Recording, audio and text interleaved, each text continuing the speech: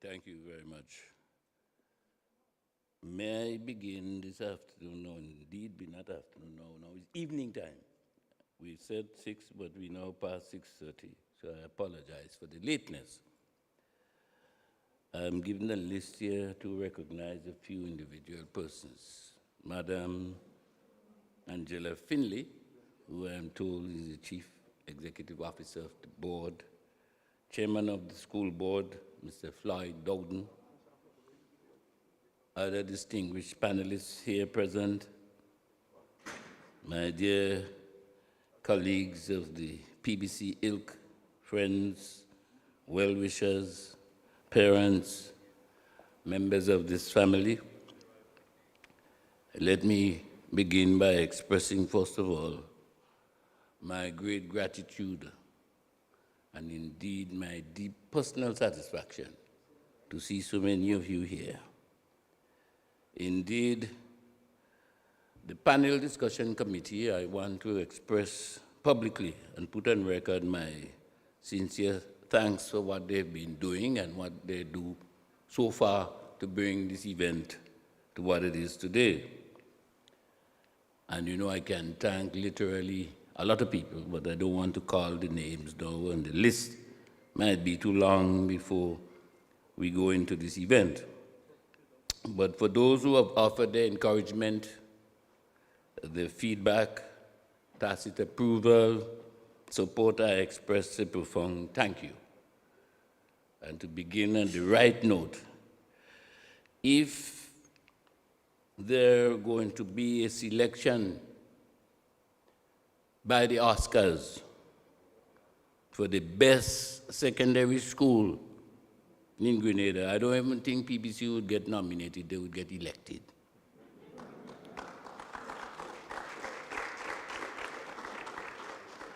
And I say so not merely because of the pleasures this secondary school has brought to the sons and, of course, daughters of Grenada, abundant though these may be, and other such treasures which they have brought to this beautiful land of ours, but for the decades of long commitment to nation building and to the significant contribution to the development of education generally to this nation.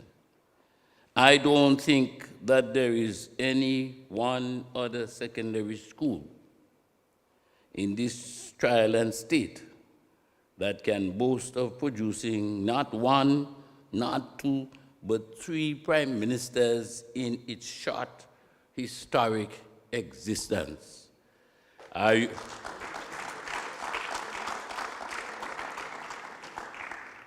In fact, I was going to ask the question, are you proud of who you are?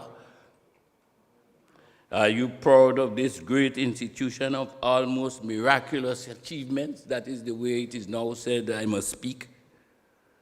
Let us give another big, lofty round of applause for the PBC. This evening's panel discussion is held under the theme PBC Education for Service to God, Family, and Country. By now, you'd realize that the operative word here is service. Service. Indeed, the Gospel of St. Mark at chapter 10, beginning at the 43rd verse, says these words: whoever wants to be great must become a servant. We serve God by serving others. Clearly, all of us know in today's world, greatness is not defined in terms of service, but in terms of, sometimes they call it the 4 Ps: power, possession, prestige, position.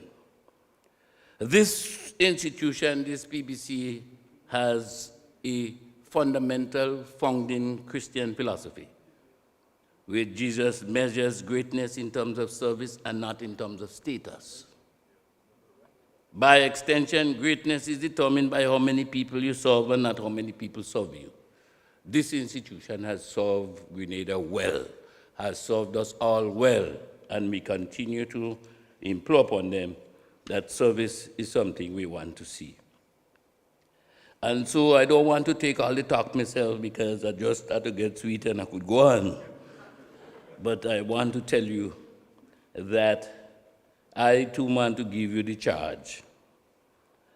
I want to cover to all of us as we embark on yet another milestone, the godlike gifts of insight and understanding.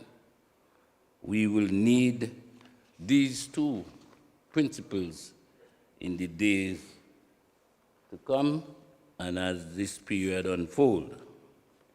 I want to tell you from the script that I've given, we would have today our panelists, Julian Franzik, past student and teacher of Presentation College. He will be giving us a brief presentation. Sister Franca Bernardine Alexis, I saw a glimpse of her. She here? Yes, you did too far. Come up in front. Come up, let's see you. Past parent and educator, convenient for this occasion and ideal. Brother Robert Fanovich, community leader, Presentation Brothers College, St. Lucia.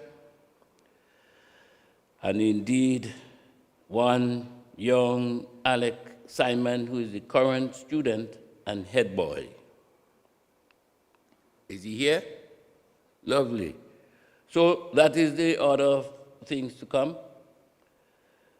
The chairman of the 75th Anniversary Committee, Mr. Adrian Francis, Brother Jeremiah and other members and principals present.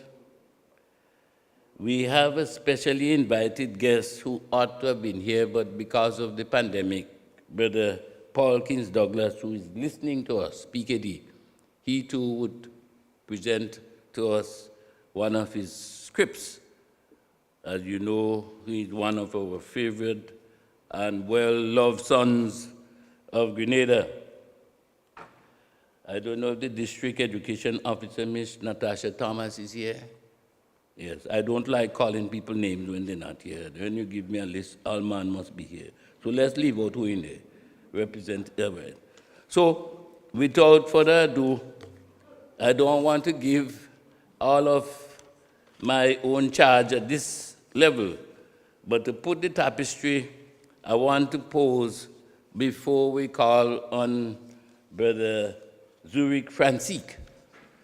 I think the model is to have a brief bio.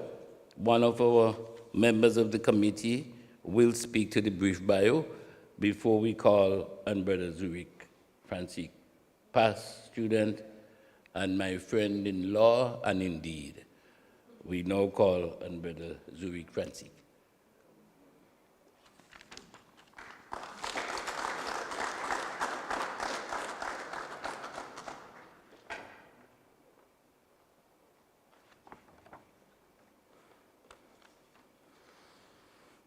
All right, so good evening, ladies and gentlemen.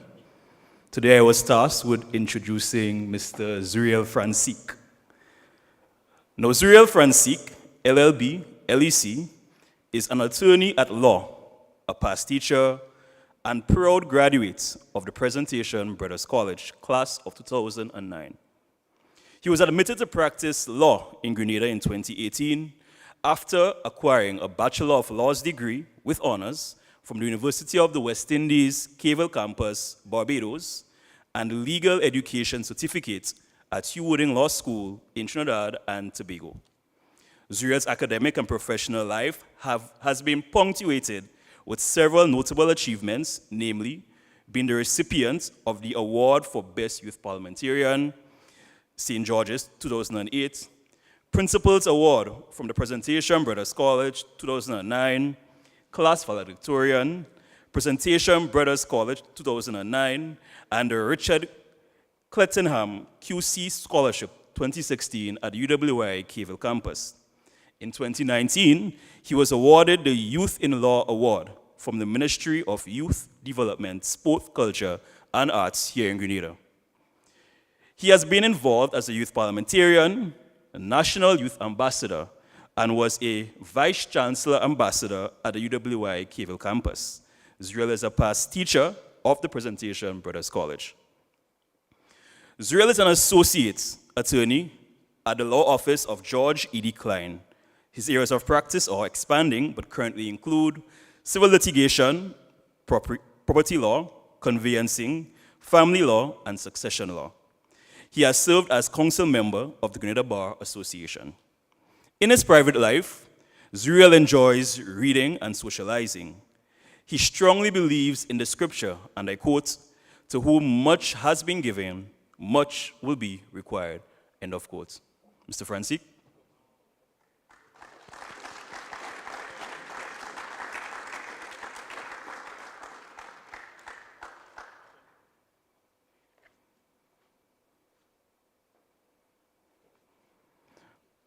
Alex Simon. Alex Simon is a fifth form student at the Presentation Brothers College in Grenada. Alex attended the St. George's Anglican Junior School, also known as Heinz. Thereafter, he obtained his first choice after sitting the CPEA examination for Presentation Brothers College. Some of the accomplishments Alex attained while in PBC include performing at the top of his class in Form 4, becoming head prefect and student representative on the PBC school board, placing first in the Brain-B semi-finals, and placing first in the British High Commission art competition in 2022. Outside of school, Alex enjoys devotionals, physical exercise, playing football, learning foreign languages, drawing, and painting. His aim in life is to be the man God wants him to be, for his glory, and to serve mankind to the best of his ability. Alex Simon, ladies and gentlemen.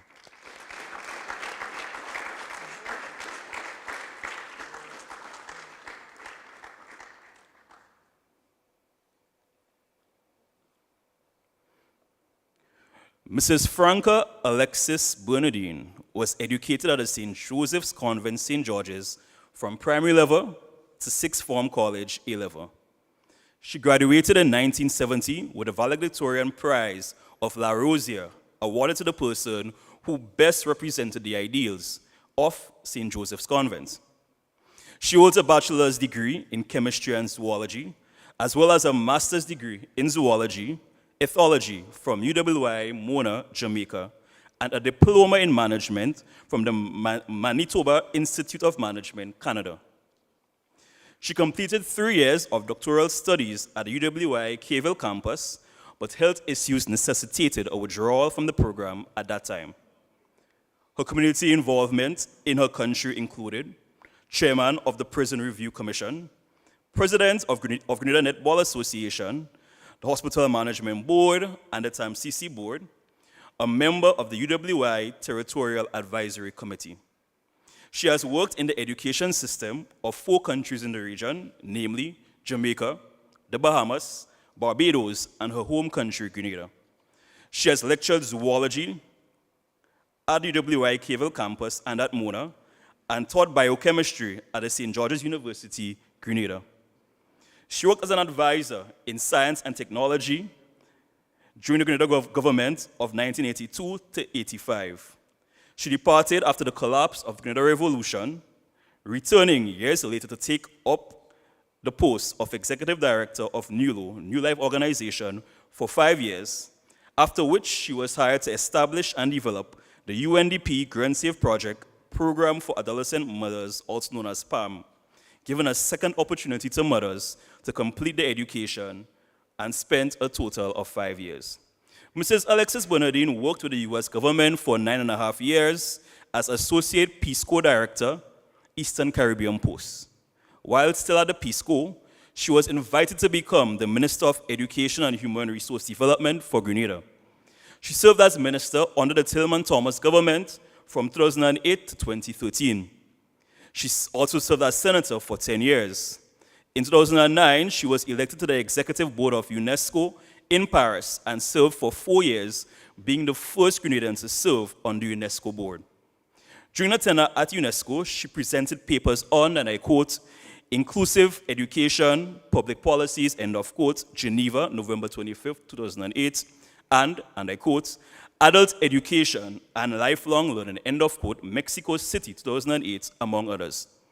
In 2020, she became leader of the opposition party, the National Democratic Congress. During her tenure as Minister of Education under the NDC government led by Tillman Thomas, the following achievements were recorded.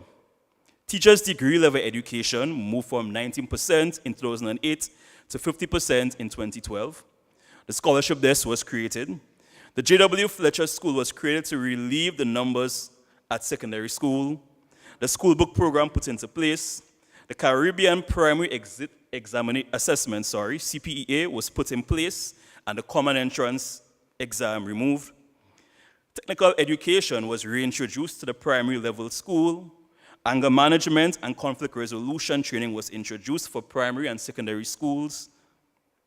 She introduced the performing arts curriculum at CSEC level in 2011 with great grade results, and tourism education was taught by community partners. Mrs. Alexis Bernardine believes, and I quote, if you empower a child with God-given values, education, and love and support, the sky becomes the limit, end of quote. Let's put our hands together for Mrs. Franca Alexis Bernardine.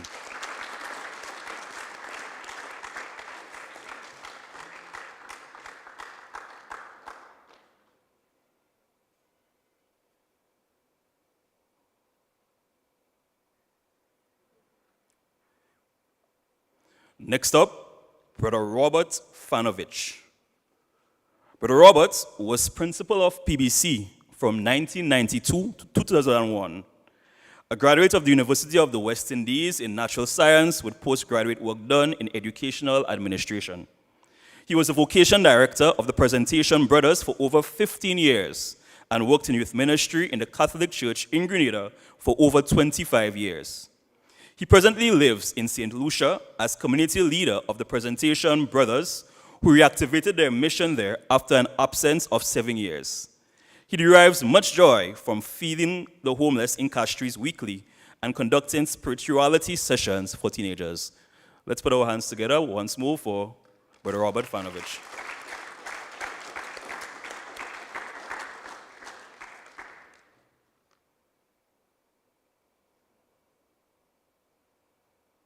And so I think here is where I hand over back to Mr. Chair.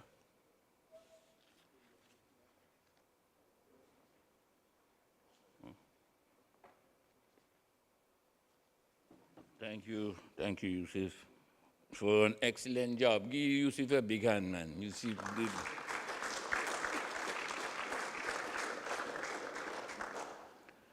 Now the panelists are going to do their presentation, and we'll begin, first of all, with the youngest of the team. One, Alex Simon, head boy, and fifth form student.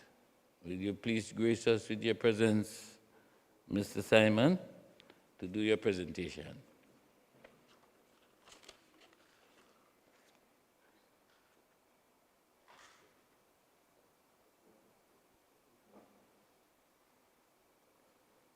Good evening. On this momentous occasion, I am privileged to spend and celebrate 75 years, 902 months, 3,922 weeks, 27,454 calendar days with the PVC.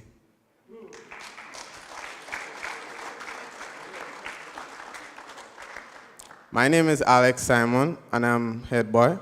And today, this evening, I want to talk about my past experience and how a PBC education helped me to develop as a student.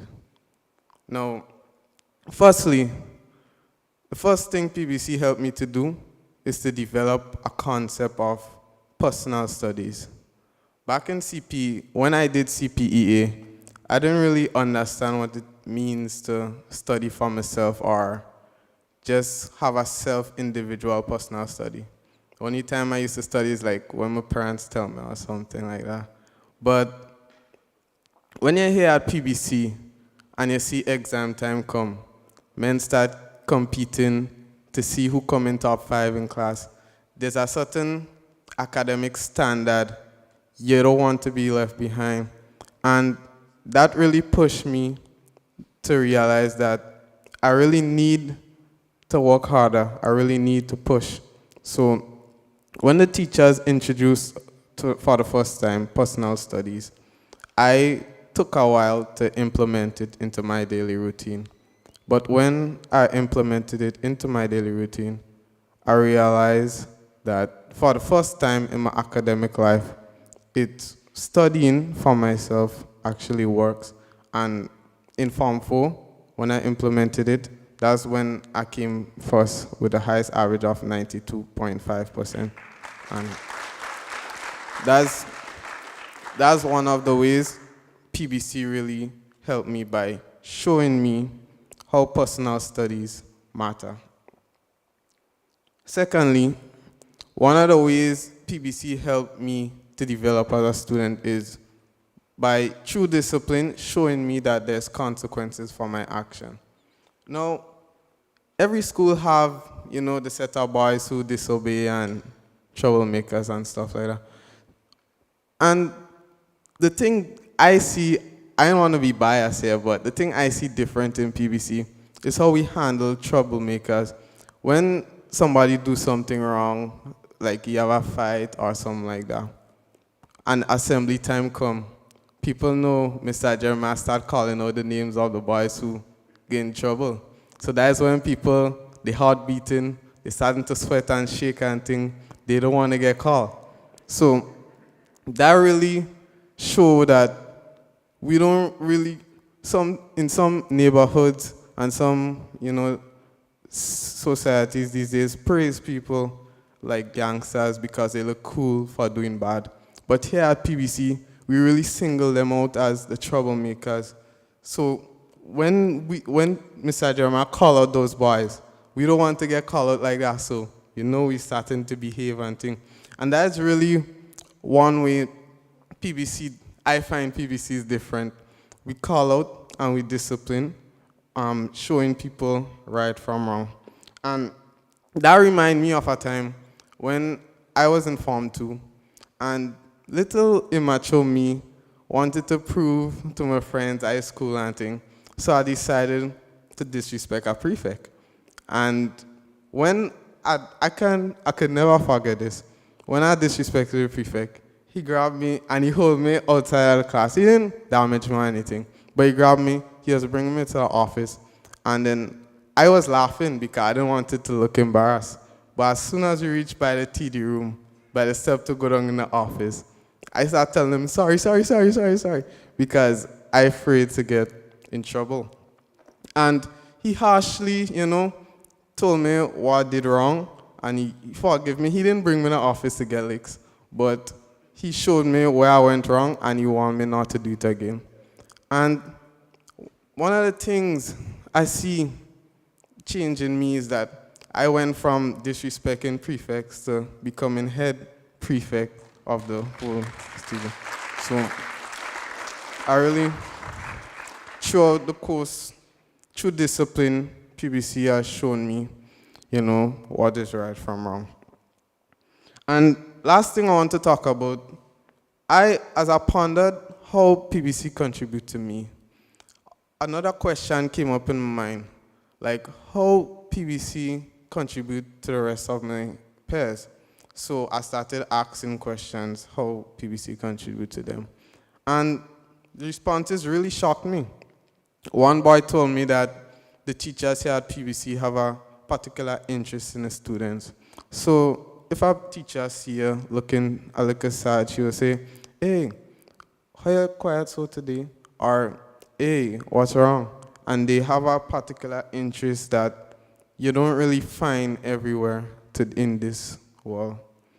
And one more student told me that he didn't have a father, but one of his PBC teachers is like a father to him, is like a, and that really, showed me like, PBC is not just our institute where we just teach you knowledge to make high grades, but as the vision statement says, is studying the holistic development of the student.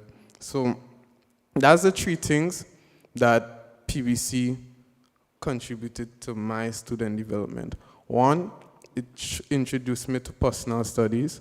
Two, it showed me right from wrong and showed me that there's consequences for my actions. And three, it really not only impacted me, but impacted all my peers so that we could become greater men in society. Thank you.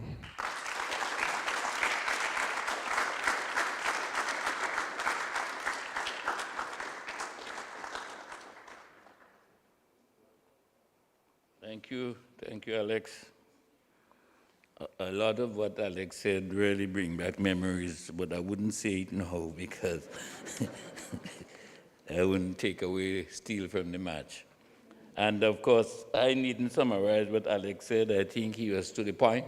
There are three essential points that he has made, and all of this really is a facet of the PBC, because the education, as we indicated, is not just merely training people to go and pass studies and so on. Education has to be relevant and it has to be quality education. What I think Alex has indicated that he is in an institution where he is internalizing quality education. And I think, again, that really is outstanding. Whether it is personal studies development, right and wrong, the morals, and of course, it seeped down to his other colleagues, friends, and peers. Without further ado, I would now call on Mr. Julian Franzik, who is a past student and, of course, a past teacher. So he has a good combination of the two ends to listen to. Let's hear him.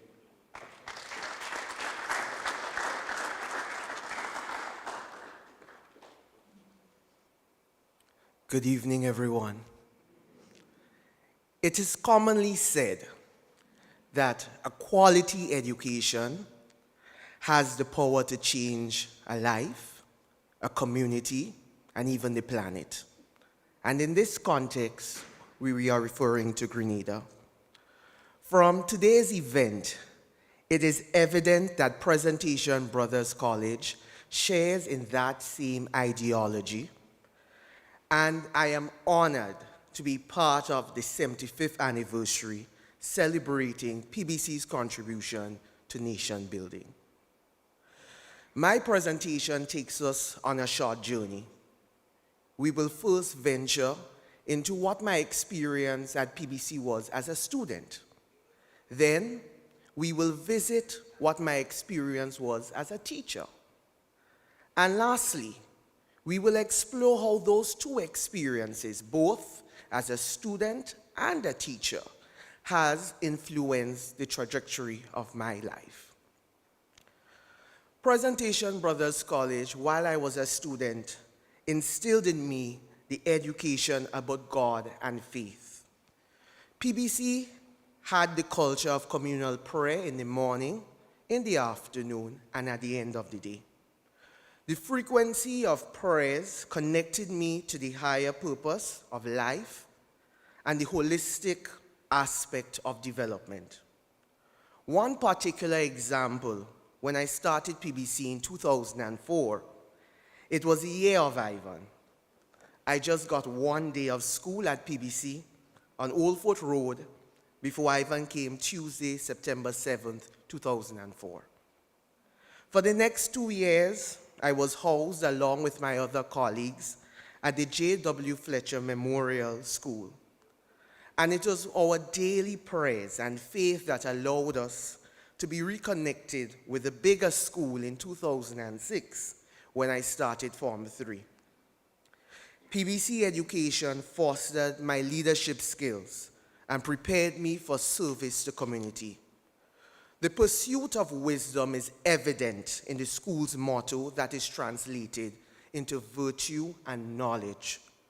We were encouraged through the school song, particularly the chorus. Grenada's boys are we, its leaders yet will be. Grenada's faithful sons are we. Its leaders we must be. And we were always reminded of the responsibility to be leaders in our schools, in our homes, in our communities, and particularly our churches. When I was a student, I was involved in the Grenlec inaugural inter-secondary school debates, RBTT Young Leaders. I even tried to dabble at playing the saxophone when the school was just attempting at creating a band. Being involved in these activities taught me to be a collaborative thinker, the importance of time management, self-discipline, teamwork, all of which are valuable attributes of a leader. Mr. Jeremiah constantly reminded us to do things the PBC way. I still do not have an explicit definition of what that phrase means, but I equate that phrase with the word excellence. PBC boys do everything with excellence, and anything other than excellence, it is not the PBC way.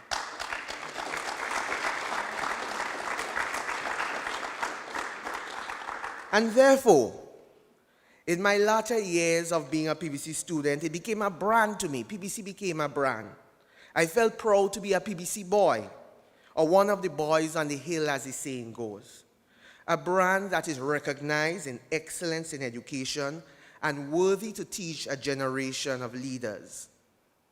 PBC taught me the appreciation for family. Most importantly, PBC taught me that the school was my family, and they contributed to molding me. I came from a single-parent household with the absence of a male figure in my household. Mr. Jeremiah, as well as other male teachers or teachers, intentionally and unintentionally molded my current definition of what it is to be a man or manhood. It has created my definition that a man is one who is honest. He must possess integrity. He must be a leader. He must be able to admit his wrongdoing and, most importantly, face the consequences of his actions. It is amazing to know that I have left nearly, 10 years ago, and Alex Simon is still able to make mention of that theme, that I have to face the consequences of my actions.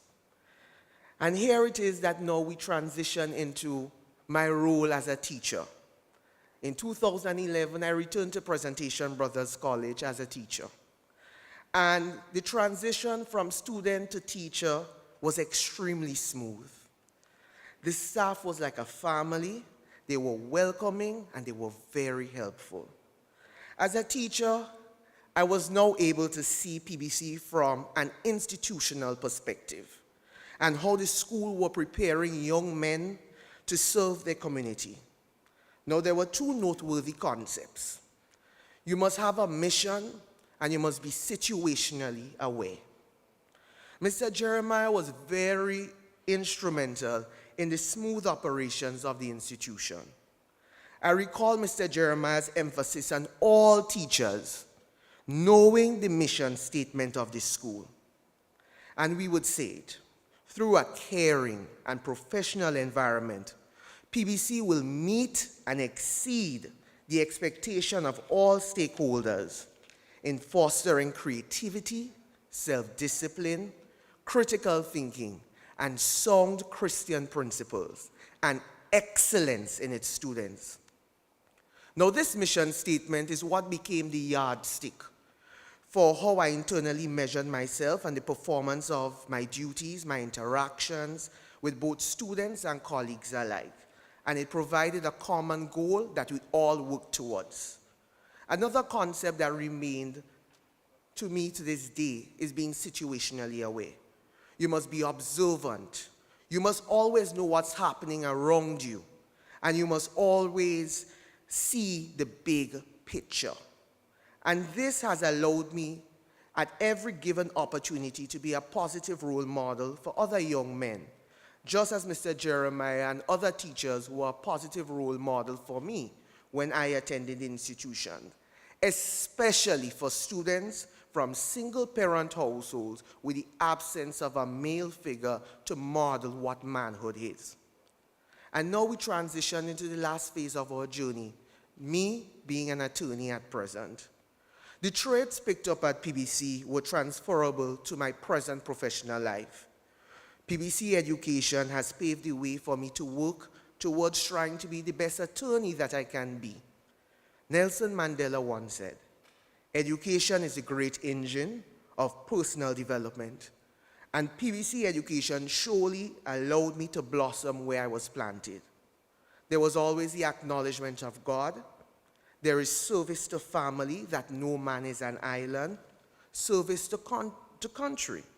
Attributes of honesty, a person of integrity, and all the other attributes that we just spoke about. And that are key ingredients to the profession. Whereas in PBC, Mr. Jeremiah, as well as the prefects, would have made a fuss at that time, in my perspective, about being punctual. Here in my professional life, no, you ought to be punctual for court or work.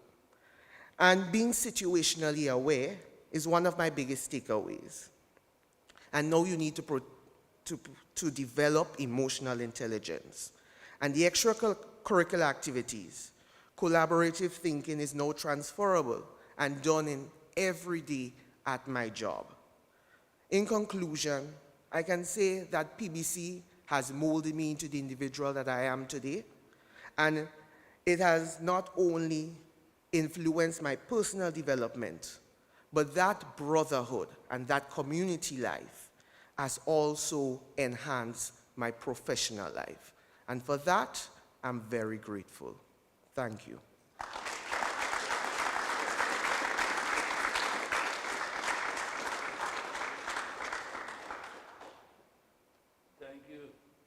Thank you, my dear brother, Julian Franzik. Julian Franzik has now tempted me to share with you what he himself had instilled. The motto of the school, all PBC boys and girls who are also of PBC, because I know the next speaker had a tangential concern with PBC. Even in my time, I know she went there. I heard she excelled in the sciences, but I wouldn't say much on that yet. But the motto, Brother Zuriel speaks to its virtue and knowledge. He went into the mission statement, and to me, he lived the mission statement. Because that mission statement has in it some fundamental tenets. It indicates that through a caring and professional environment, PBC is and continues to be. Presentation Brothers College seem to have met every possible expectation that there is. The stakeholders who are there with us and continue to be there believes in the fostering of the creativity. My dear brother speaks about self-discipline that Alex spoke about, critical thinking that both of them spoke about, and the overall Christian surrounding principles of excellence in students. I don't think I could capture it better than they did, but it enshrines clearly the motive. More importantly, the philosophy upon which the school is built, both of them is living it. We have lived it, those of us who are of the past, and that philosophy continues to flourish. The school is built on very strong principles of Catholicism. And our beliefs are enshrined, as it's sometimes said in the Apostles' Creed. Therefore, the philosophy of our school is simply that the Christian philosophy of virtue and knowledge, one of the hallmarks of the college, is academic excellence.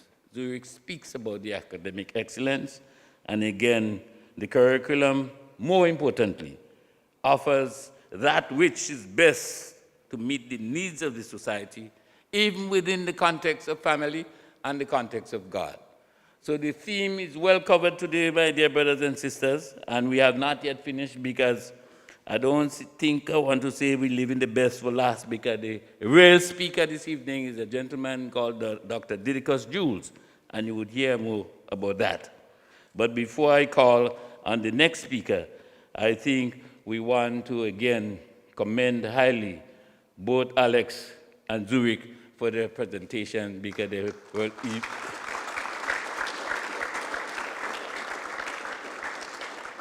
They are both illuminating, and they filled us all. So the next speaker, I wish to call on a dear friend of mine, a colleague.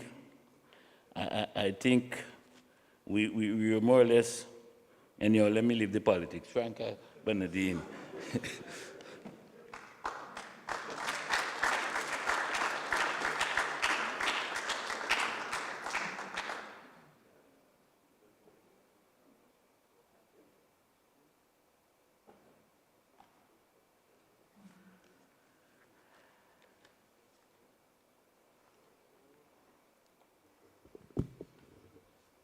Thank you. Yes, let's leave the politics. We're into education this evening. I can't help but say before I begin, the wonderful nostalgia brought back by both speakers, Mr. Franzik and Mr. Simon in particular. I really got back into my convent uniform and looked up at Presentation College and all that was taking place up there. It's a wonderful feeling.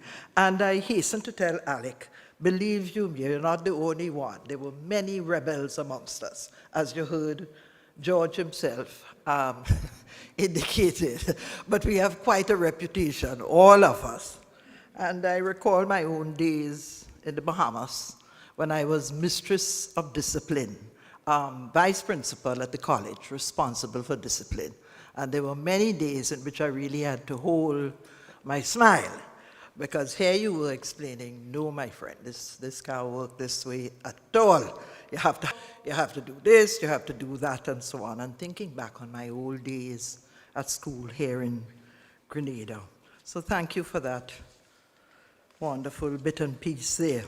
And let me start by saying good evening to everyone, and in particular, of course, the principal of PBC and other principals who may be here, and members of the alumni, students, everyone really that is present here this afternoon to share with us. And my comments are just, first of all, directed at the Presentation Brothers College, which is what I was supposed to be saying a few words on. And then looking at aspects of education as it relates to what's happening, our present, where we are as a nation, and certainly where we intend to go. I have a sharing of my own in terms of being a parent, and because my son, I'm the mother of 5 children, 5 professional children, I'm proud to say. Much of it during that time, I was a single parent myself, and later on, remarried. So that's by way of what is happening. So presentation was a critical part of my own life, both in terms of raising 2 sons and 3 daughters. So let me say it is really a pleasure to be here, not only because the topic is near and dear to my heart, but also because I have been given the privilege, of course, of addressing you on this very special occasion of the 75th anniversary celebrations of Presentation Brothers College. A college that has been not only a critical part of our history as a people, but a most important part of our present lives. And indeed, my own life personally, through my children, in so many ways. I am sure that many of you listening internationally as well, in the diaspora and also present here tonight, can make the same claim. For as long as we have known the town of St. George, we have known the Presentation College. We have known College Hill, as we called it then, and still call it now. It's part of our frame of reference, part of the excellence in academics and achievements generally, part of our outstanding sports programs. I could remember the pole vaulter from Presentation College and all the awe that went with their athletes. Everything about them seemed to always focus on excellent performance and high levels of achievement and excellence. Indeed, just part of who we are and what we have become as a people. So all of this comes up, and I just wanted to thank you again for the opportunity to be here. We must start at the beginning. And right at this, let us take a look at the start of Presentation College and those visionary persons who understood in a fundamental way a philosophy that I hold dearly to, that there would be no nation building and development taking place unless there was education taking place. And so, to Edmund Rice and the Institute of Presentation Brothers of Waterford in 1802, we must pay great tribute.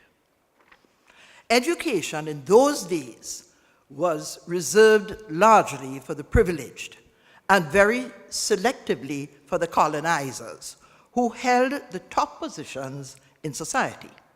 And so, spreading their wings to Canada, USA, Caribbean, Peru, Ghana, Ireland, and indeed back in London, the brothers provided quality education to young people throughout the world.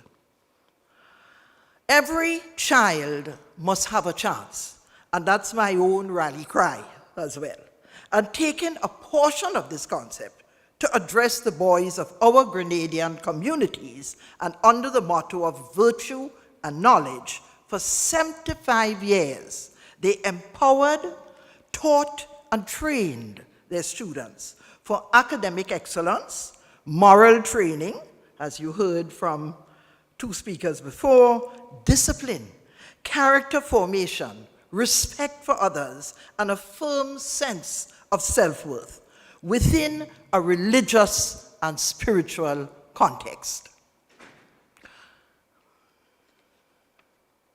Over the years, they have left a very positive image and a positive feeling, even more importantly, towards the college, an island-wide respect for their achievements and continuous striving for good standards. This has been a model and a guiding light for others to follow. And I speak here very briefly of the A-levels. I could remember year after year, we waited to hear what were the results coming from Presentation College. Every year, long lines of people, chemistry, math, physics, particularly in the sciences. And I suppose I was particularly interested in that. But we used to smile and say, Sean, college product. Yes, she had received certain assistances in subjects and so on. I myself, Brother Ligori, taught me math. And the reason why that was so, we were having a difficult time at the convent. Nobody was passing up to pre-Cambridge of December. And I said to my dad, better try Brother Ligori. And the rest was history. Brother Ligori sat down and told me exactly how. He drilled us in the different aspects of the subjects. And that was it, breezed right through. After failing pre-Cambridge in December, the whole class failed. So their teaching skills are phenomenal and something we always remember. My own sister Annette, who subsequently became an ophthalmologist, Brother Gonzaga is who taught her physics. Every Saturday she would go down for the extra classes and so on with Brother Gonzaga because physics was not done at St. Joseph's Convent. So, you know, the far-reaching impact for all of us, so many of you older folk like myself, I see you there, I know you've passed through the hands, we know what the experiences were. And don't forget the college dance. And that was a painful one, because you had to wait until you were 15, at least I did. So I watched my sisters go off to college dance. I remember well looking through the kitchen window and saying, you see that? Look what all, because college dance was the place to go at Christmas. Beautifully organized, people behaved well, you got to chat with people, you know, and to dance. Well, of course, when my turn came, and I was off to college dance. But unfortunately, it stopped the year after. So my younger sister always kept that as a grudge. She never got to experience the college dance. Thus were the pleasant memories of Presentation College, as you did your thing. Brothers and sisters, the most important tool in development of any nation is education. And so, while health is a critical aspect, and agriculture practices, of course, because you have to feed yourself, both require knowledge and education to know what to do and how to do it. In the famous words of Benjamin Disraeli, and that is in his speech to the House of Commons way back in 1874, and I'm quoting, "Upon the education of the people of the country, the fate of the country depends." Speaks for itself. You can't go anywhere without the education. More recently, writers like Dr. Canute Thompson, I don't know if any of you have seen or heard from UWI, young professor, and he presented a book very recently on education and development, emphasizing its importance and the importance of striving forward and overcoming cultural impediments and so on in our quest for national development. One of my biggest pains is the fact that we are such a brilliant people. The Caribbean is full of talent, full of ability, and yet we're still so far behind because we have not somehow mastered the ability to capture all that good analysis, all the data that we keep getting, and put it in place in such a way that we can better our own standard of living. We seem to get sidetracked all the time into the politics and the power and all other factors. We have produced, imagine in one small area like OECS, or between St. Lucia and Trinidad, 3 Nobel Prize winners. There are countries in this world that have tried for over hundreds of years and have never produced a Nobel Prize winner. We got 3.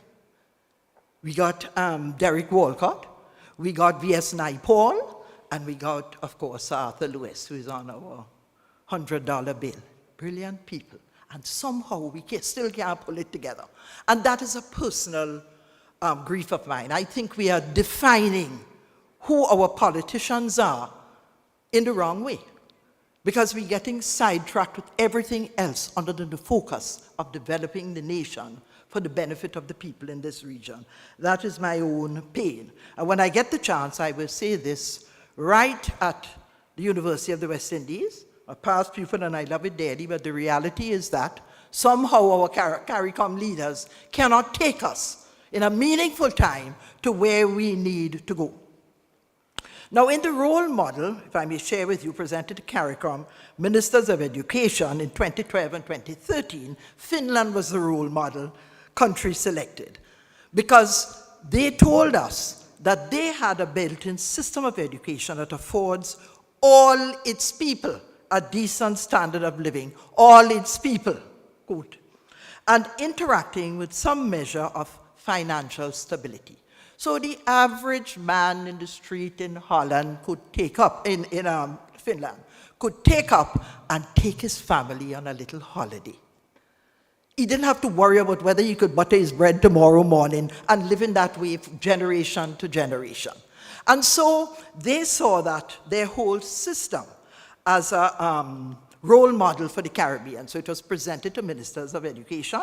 I brought the team here to Grenada so that they could share with the principals what they had in mind. Now, there were no extremes of wealth or poverty, but everyone could afford for a little holiday and so on to their families.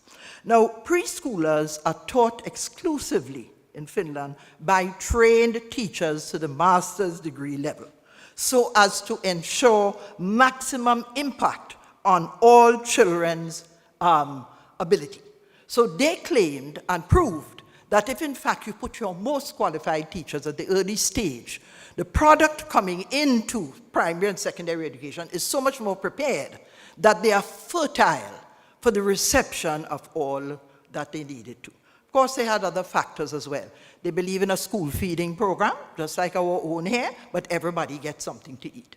They believe in a transport to school, so that if you're living more than 3 miles away from the school, you get it. So there were many benefits there, but which is what they were looking at, things that we could provide for our families so that country could get ahead.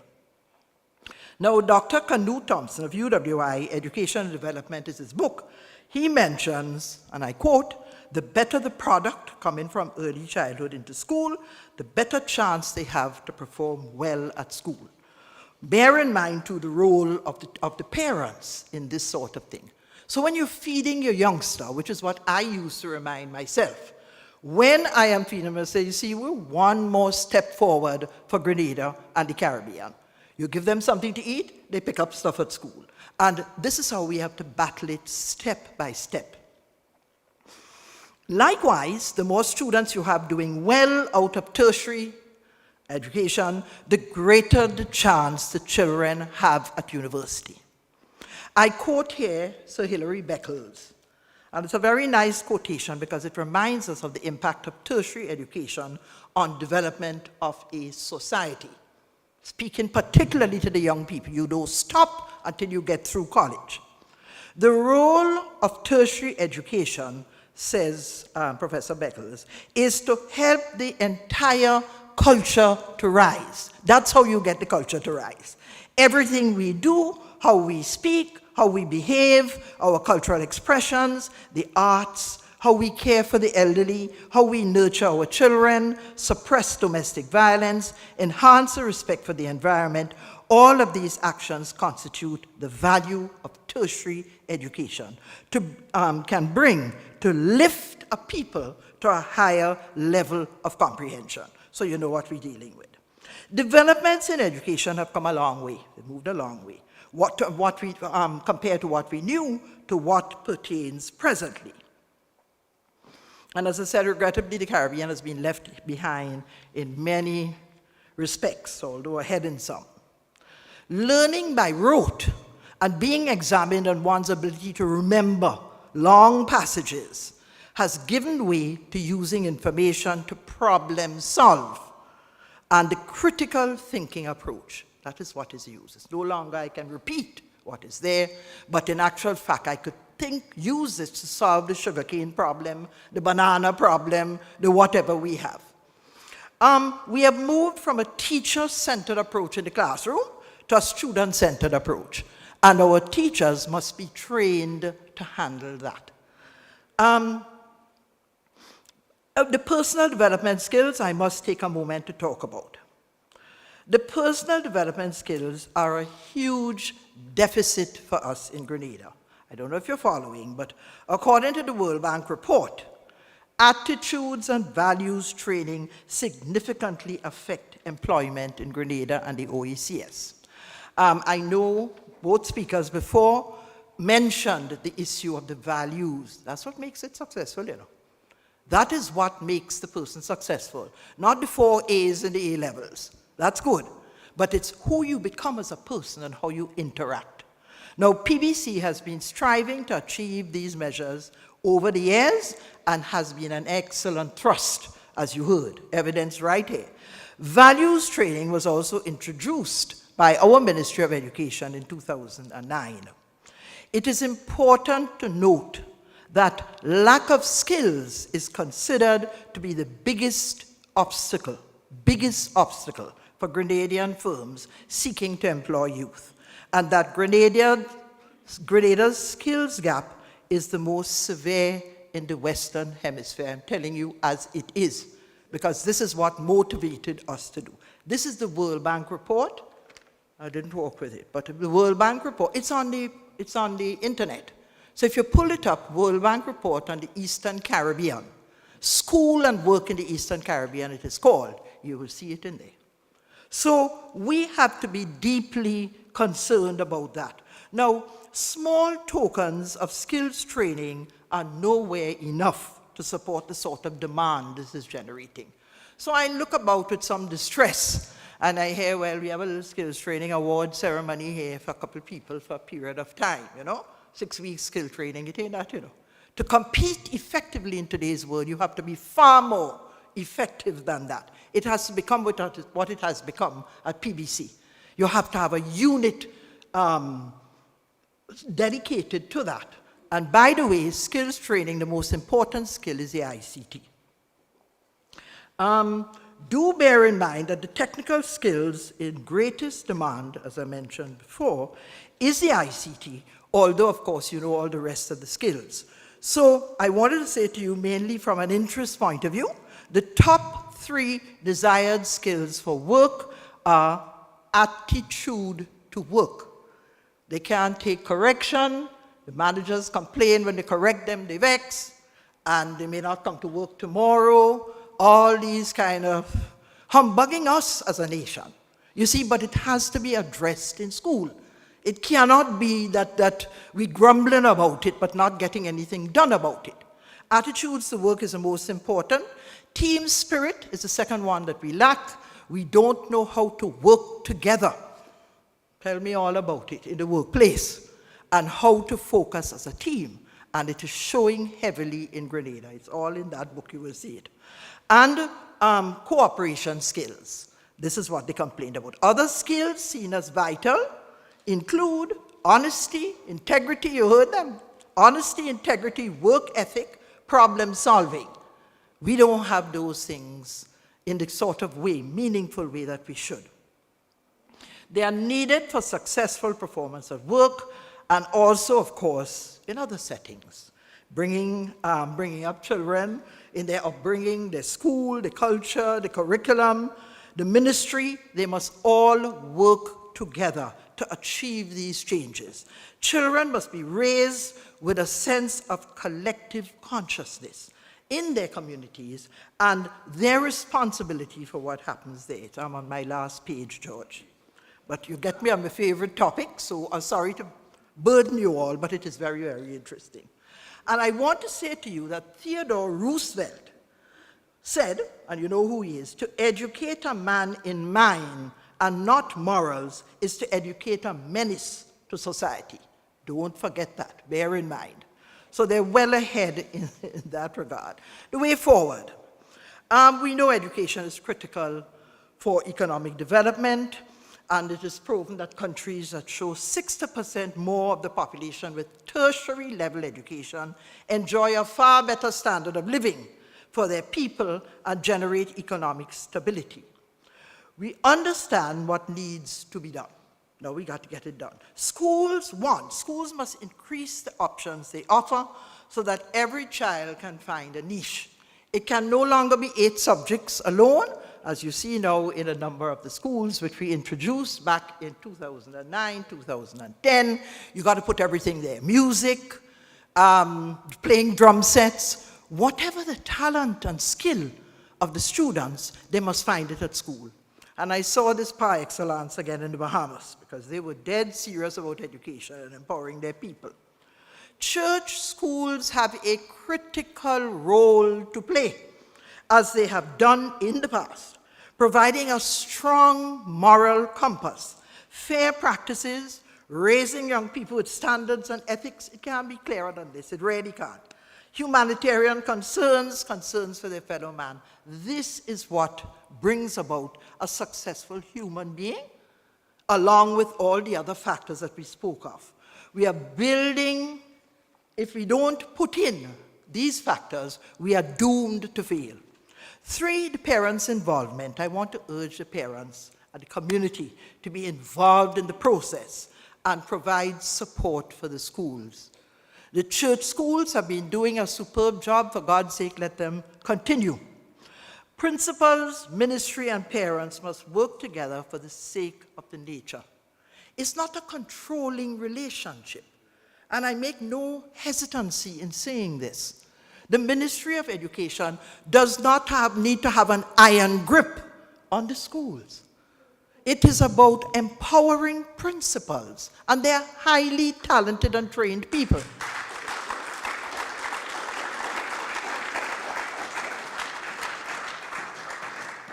It's not what I will tell you what to do, but in fact you listen to, let them run their schools, and you guide with the policies perhaps of your present government or whatever government is in power.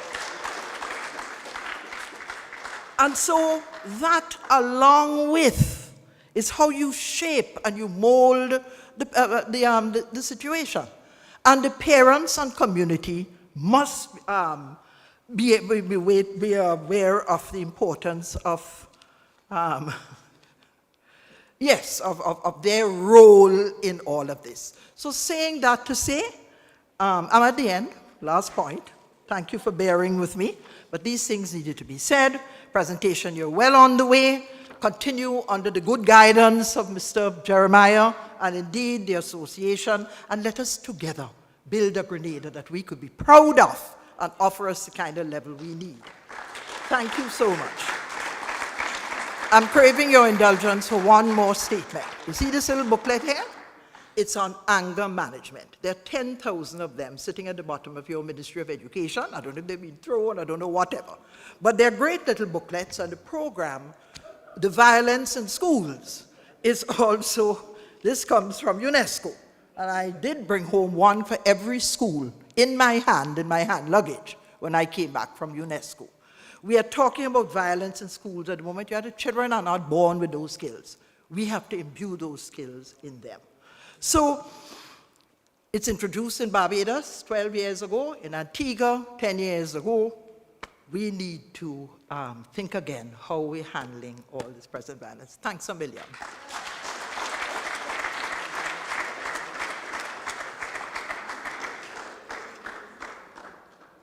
Well, the response that Sister Franca got for her presentation, I think she come up to the true form.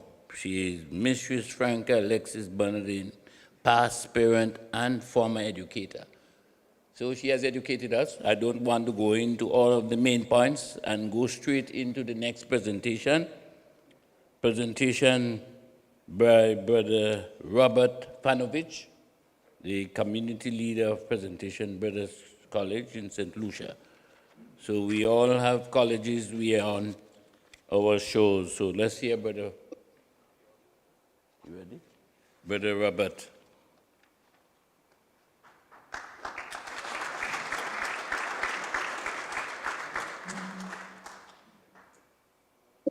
Good night from St. Lucia, and I'm very happy to share with you just a brief reflection. And I want to thank the committee for organizing the panel discussion as part of the 75th anniversary celebrations. And it's also happening here in St. Lucia. When the brothers came to Grenada in 1946, it was shortly after World War II. And after all the destruction and death and pain and suffering, the world was starting to breathe a little more freely. And there was a clarion call by bishops in the Caribbean for Catholic education. And the Irish brothers, through great sacrifice and enthusiasm, I have to say, left Ireland and arrived in Grenada in November 1946 and opened PBC officially on the 21st of January, 1947. So that spirit, that pioneering, that missionary spirit that they brought with them still lingers on, I feel. You know, it was mentioned by previous speakers tonight about the presentation spirit. The family, the presentation family was mentioned. And what is that presentation spirit? I think it is one of service, one of commitment and dedication. You see, I could compare because I was not a product of the first 5 years of secondary school of presentation education. I came from another school, and I was privileged to be to join the presentation college in Trinidad. And to be honest with you, I was bowled over. I could compare. I was bowled over by that spirit that I saw in the school. The students were so proud of their school. You know, at games, they were chanting and waving flags. And I was really, really bowled over. I was bowled over by the dedication and commitment of those brothers who taught me, and also the staff. it was infectious. There was this spirit of enthusiasm, of ideals, of high standards that I really, really started thinking, you know something, this is what I want for myself, for my life. And it was very, very instrumental in me making that decision to be part of this presentation spirit. And so I made that leap of faith to join the Presentation Brothers. Now, I don't think it's too well known. About 1986, there was a seismic shift in the Presentation Brothers in the way they were thinking. You see, the Pioneering Brothers, when they came, and it was mentioned by previous speakers, that the need after World War II in the Caribbean was science. And I think Franca mentioned that, you know, the science, physics and chemistry and mathematics and so on. So there was a very, very heavy emphasis on building modern labs and getting the science programs running. And the brothers really plowed a lot of energy into that. But about 1986, there was a seismic shift in the thinking of the brothers, that they said that the emphasis should not only include academics, but also include a sort of option for the poor. And I attended that a meeting in Ireland in 1986, and that was a pivotal moment in the history of the brothers, that no longer can we ignore the cry of the suffering, the cry of the poor, and that all of our schools were almost mandated to do something about it. And that happened in about 1986. And brothers at that time also felt that they wanted to get back to the roots, our roots, the charism of our founder, Blessed Edmund Rice, who started the first presentation colleges to cater for the poor and the needy. So there was a strong desire by many brothers and the congregation to get back to our roots. Where does that lead us today? What are the challenges facing us today? Clearly, the challenges are changing all the time globally. They've just come out, I hope, of COVID-19. I understand in Grenada, it's almost as normal. We're getting there in St. Lucia, but I like to hear, I like what I'm hearing about Grenada. But a lot of the challenges facing us now are who is the real poor right now? One of it is the earth. The earth is crying for our attention. And Franca would know, when Franca was talking, you brought back a lot of good memories. You see, Franca was the judge of the Young Leaders program at one point. And I remember one year we did a project called the Run of the Tittery. And I remember passing by St. Joseph's Convent Gate and Franca pulling me aside and said, I really enjoyed that project. I says, well, you are a judge. Could you tell me anything further? And she said, I can't. But I really enjoyed it. And I think that year we placed first. But it really was the cry of the earth and the needs of the earth, and also the cry of those who are suffering, those who are in pain, the poor. And in many of our schools around the world, you know, our students raise funds, whether it's at Christmas time or they have programs during the year to raise funds for the poor. I'm proud to say that our schools around the world do this. Also, there is a strong emphasis on the belief that God dwells in every single person. Mr. Franzik mentioned in his presentation that, you know, the school was also, it presented him with a father figure. And I think that is so important in the world today, because a lot of research is showing that the highest suicide rate in the world right now is among men between the ages of 15 and 35, young men. It's 3 times higher than any age group. And I remember one expert explaining that the reason for that crisis is that men are not comfortable in their own skins. They feel that they have to live up to this image of what a man should be. It's not about tenderness and caring for his children and the family man and so on, and being loving and affectionate. It's about what we call today Putinism and Trumpism, where to prove that you're a man, you have to conquer, you have to be violent, you have to subdue, in the most violent ways. And that is a toxin that I think, a challenge facing us as we move into the future. And it is bearing true today as we see with the war in Ukraine. And my prayers at this point go out to the people, the suffering people of the Ukraine. So that is one of the big challenges today that we are facing, to combat this false image of masculinity, a toxic image of masculinity. So I know, in the interest of time, I am not going to labor anymore, but more and more I'm beginning to see this, and parents, you would know that, a parent told me recently, for example, that a 24-year-old son who is living in the States moved location and also job, and he was having a very difficult time adjusting, and he fell into depression. And she picked it up as mothers do. And when she asked him, what was the problem, he said, well, I'm depressed and I'm lonely. And she said, but why didn't you say something? He says, a man is not supposed to say things like that. We're supposed to handle our own problems. And she says, no.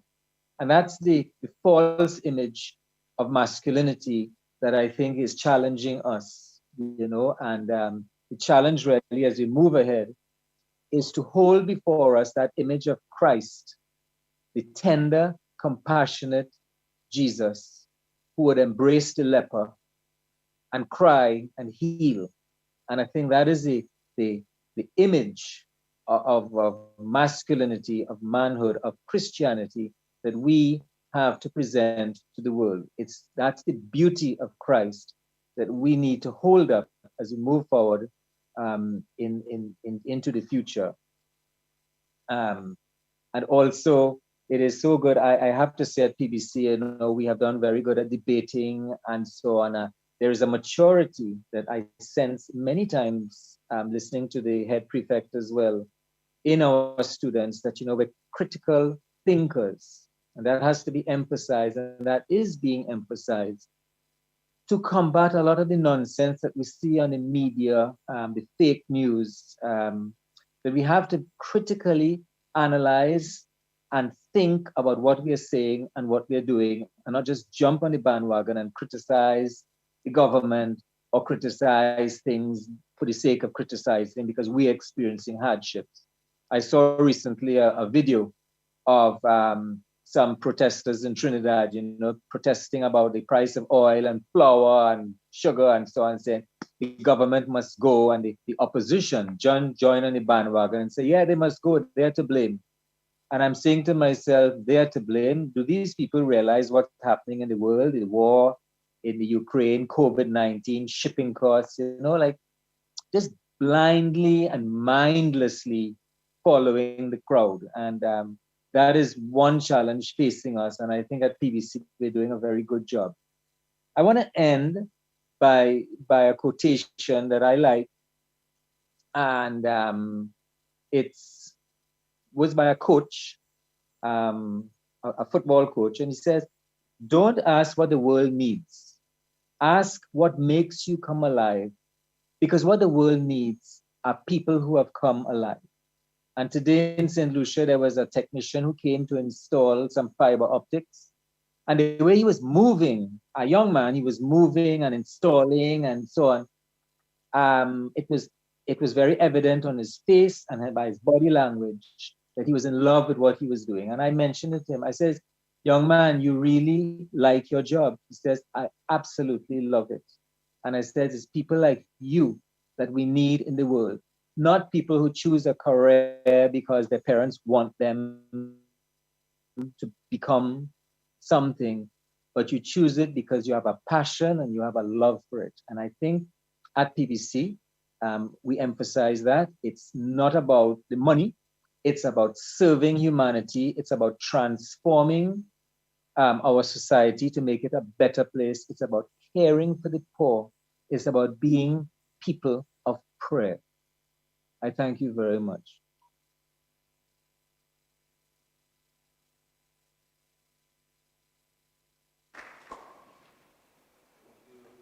I hope I can express clearly enough. I wasn't, I don't know what the audio was. I didn't hear that. Go ahead. Lovely. The quotation that Brother Fanovich just gave, which summed up everything, brings back a quotation too to me. Those of you who would now know my age, in children of the 60s, we had a gentleman, Brother Liam, slender fella. And Brother Liam, I never understood it until now, listening to Brother Fanovich. Brother Liam always used to say, it is easy to say what you believe than to be what you believe. Huh? It is easy to say what you believe than to be what you believe. That is a fundamental statement. Because it is always easy to say we believe in human rights than to be fighting for human rights. I think so. So let's now go to the main event of the deal. I would call again on Brother Yusuf to introduce the feature speaker of this evening's proceedings. And I say no more. Brother Yusuf will do the rest. Dr. Didakus Jules has had a long and distinguished multi-dimensional career focused on education and social transformation and organizational re-engineering. He's currently the Director General of the Organization of Eastern Caribbean States, OECS, a regional integration grouping of 11 member states. Some of his career experiences include Registrar and Chief Executive Officer of the Caribbean Examinations Council, as well as Permanent Secretary for Education and Human Resource Development in St. Lucia, and the Permanent Secretary for Education and Chief Education Officer concurrently in revolutionary Grenada. Dr. Jules was recently honored in St. Lucia with the St. Lucia Cross for distinguished service at a national and regional level. And we also have here to answer questions on behalf of Dr. Jules, Mrs. Sarah Simon, who is currently the Program Director of the Education Management Unit within the Organization of Eastern Caribbean States. Eric?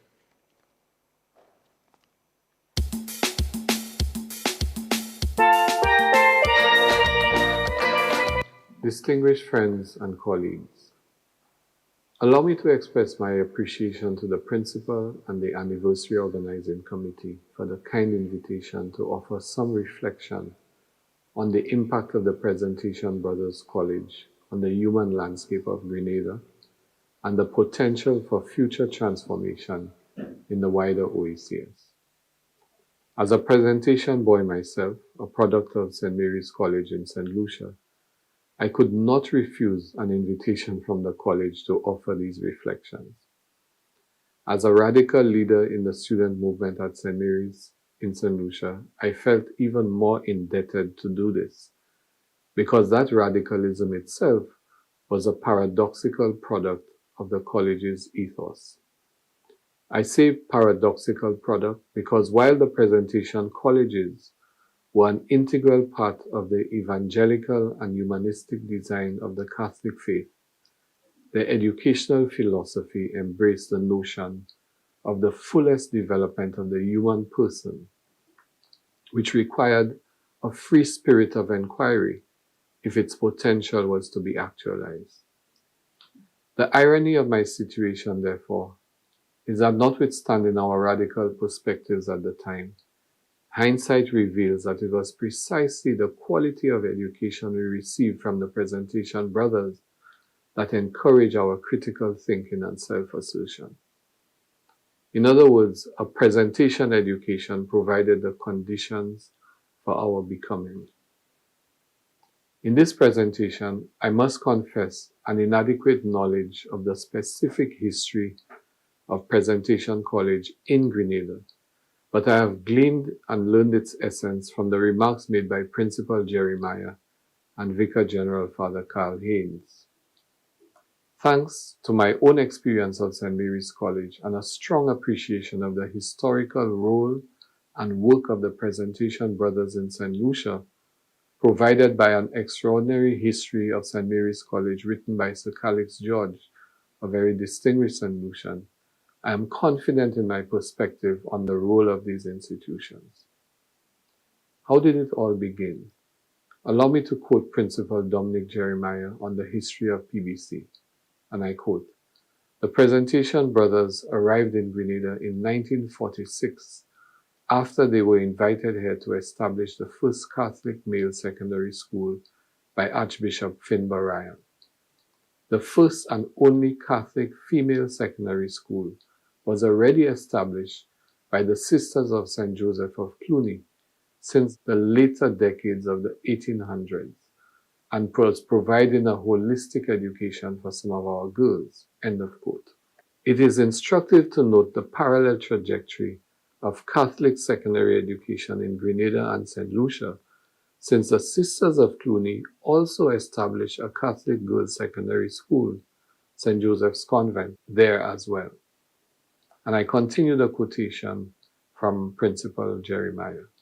He said, "The founding brothers dedicated themselves to this task, and within a relatively short period of time, Presentation Boys College rose to prominence in the educational landscape of Grenada, producing quality young men who would go on to make significant contributions to the development of Grenada." End of quote. Vicar General Father Carl Haynes, in his remarks at your January rededication, emphasized, and I quote from the Catholic News, "PBC has given 75 years of quality to the nation, producing exemplary men not only in Grenada but around the world." He cited the school having among its alumni 3 prime ministers in Grenada, and recalled that years ago, while studying at the seminary of St. John Vianney and the Uganda Martyrs, Mount St. Benedict, he had learned that its brother Presentation College, San Fernando, had produced 2 prime ministers. He said the Presentation Brothers had given birth to 4 children: Presentation College San Fernando, Presentation College Chaguanas, St. Mary's College St. Lucia, and Presentation College Barbados. End of quote. I should add that St. Mary's College St. Lucia also shares this esteemed contribution, having contributed 2 Nobel Prize winners, Sir Arthur Lewis and Sir Derek Walcott, 3 Prime Ministers to St. Lucia, 2 Supreme Court judges to the OECS, 8 QCs to St. Lucia, 8 prominent agricultural scientists, and many, many more esteemed professionals. What then were the philosophical and educational foundations of this contribution? These foundations were anchored in the best traditions of classical education, which focused on providing all students with the tools necessary for self-education, a solid grounding in humanities and the sciences, with extracurricular activity through school clubs and activities designed to prepare one, not for school, but for life. The record of the presentation colleges in the OECS speaks for themselves, and I would encourage former students with a penchant for history to consider documenting the history and the incalculable contribution, as Sir Calix George has done, by documenting the contribution in St. Lucia. What then are the opportunities of the future? Past contributions of this value are important because they demonstrate the ways in which our forebears were able to fashion institutional responses to the challenges of our time that not only address the contemporary, but also laid visionary foundations for the future. It was Frantz Fanon who said, and I quote, that each generation must out of relative obscurity discover its mission, fulfill it or betray it. Our challenge, therefore, as we celebrate the immense contribution of the PBCs to Grenada and to the other OECS countries, is to contextualize the accomplishment as a guide to the future we want to create. And our responsibility is to respond to the contemporary with the same vision, commitment, and determination that birth these distinctions. The nature of our time is best characterized by the concept of VUCA. We live in volatile, uncertain, complex, and ambiguous times. Let us be clear. Human history is a constant evolution, a never-ending march to the future, even if that immediate future is a tragic reenactment of the tragedies of our past. For better or for worse, life moves forward, not backwards. There are points in history when its trajectory is evolutionary, and then comes a moment when it becomes revolutionary, whether that revolution is technological, political, or environmental. We live at such an inflection point in human history when we are faced with revolutionary change, and that process is a convergence of the environmental, the geopolitical, and the technological.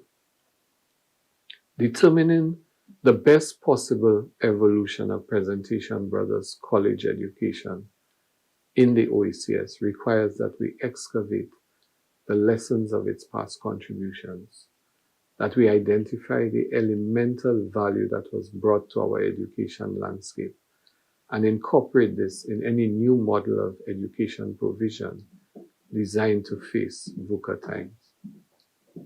My colleague from the OECS Commission, Ms. Cicera Simon, who is the head of Education Development and Management Unit, is well placed to speak to the new trajectory that we are taking in the OECS to transform education to meet these challenges. And you can question her about that in the question period.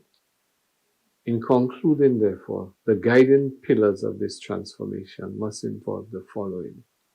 1, secondary education must focus on competencies, not simply knowledge acquisition. For as Confucius reminded us, the value of knowledge is having it to apply it. Secondly, 21st century competencies must enhance and balance the quotients if we are to future-proof ourselves and the upcoming generation. There are many perspectives on what these quotients are, but suffice it to say that it is no longer an intelligence quotient, an IQ thing. It also involves EQ, emotional quotient. It involves SQ, spiritual quotient. It involves AQ, adversity quotient, and CQ, creativity quotient. If you think about it, these are the challenges of shaping the human person in this time that will consolidate the legacy of the presentation colleges of the OECS and of all of our schools and enable them to build our Caribbean civilization. Thank you.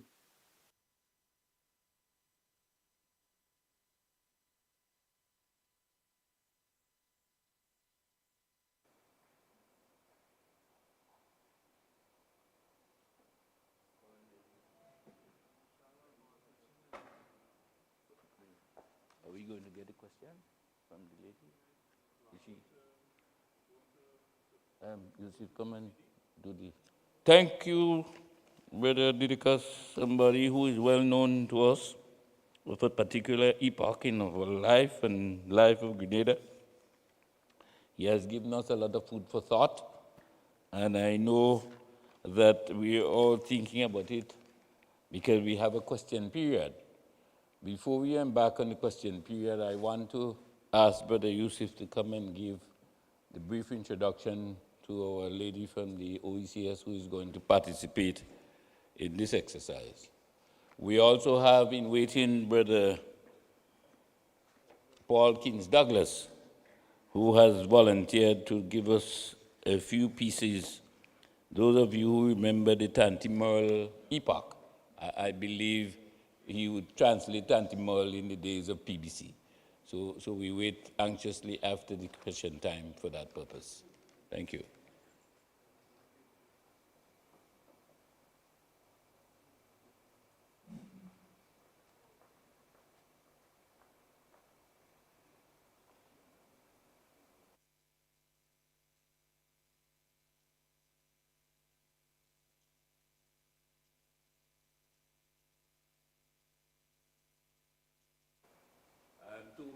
Go straight into Paul Keynes and give all your little laughter before we get serious. So Paul Keynes is online shortly.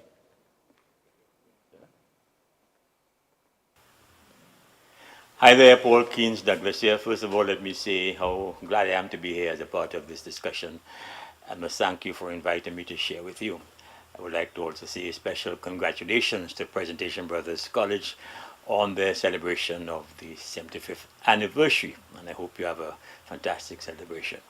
You know, I went to college around 1954. That's a long time ago. You know, and some of my fondest memories are of the times I was trying to play sports at college in those days. So this narrative is based on some of those little experiences I had as a college boy. You know, because when you went to college in those days, they tell you you had to play games. Whether you had 1 foot, no foot, or big bottom, you played games, right? So I asked them, there are things like dominoes, all fours, you know, search the pack cards, and them kind of thing. They say, no, them is not games. It's football, cricket, or sports. We should call everything, not cricket and football, sports. So I say, you got to understand that in those days, too, I was about 9 years old, about 4 foot tall, weighing about 90 pounds. I look like a half-ripe Lacatan banana. And in those days, too, you never had no thing when you fail exam. When you fail exam, you're allowed to stay and take it over and over and over till you pass. So college had some hardback old men. Some of them with beard all down to their toe, would not leave school, only failing exam, and all they do is playing cricket, football, and sports. And it's them hardback. Some of them married, they're still in school. And it's them hardback fellas I had to go and play cricket and football and sports with. So say, let me try athletics. Well, you see, athletics, when it comes to lime and spoon, bag race, wheelbarrow, and them kind of thing, I was good. But 220, 100 meters, 440 in those days, pain. I running barefoot and them hardback men have on spikes. You ever get joked with the spikes yet? When you see men running fast, it's not fast, they're fast, you know, it's spikes, they're afraid. So I say, see this spikes business, it is a serious thing. I barefoot and these hardback men have on spikes, I get in joke.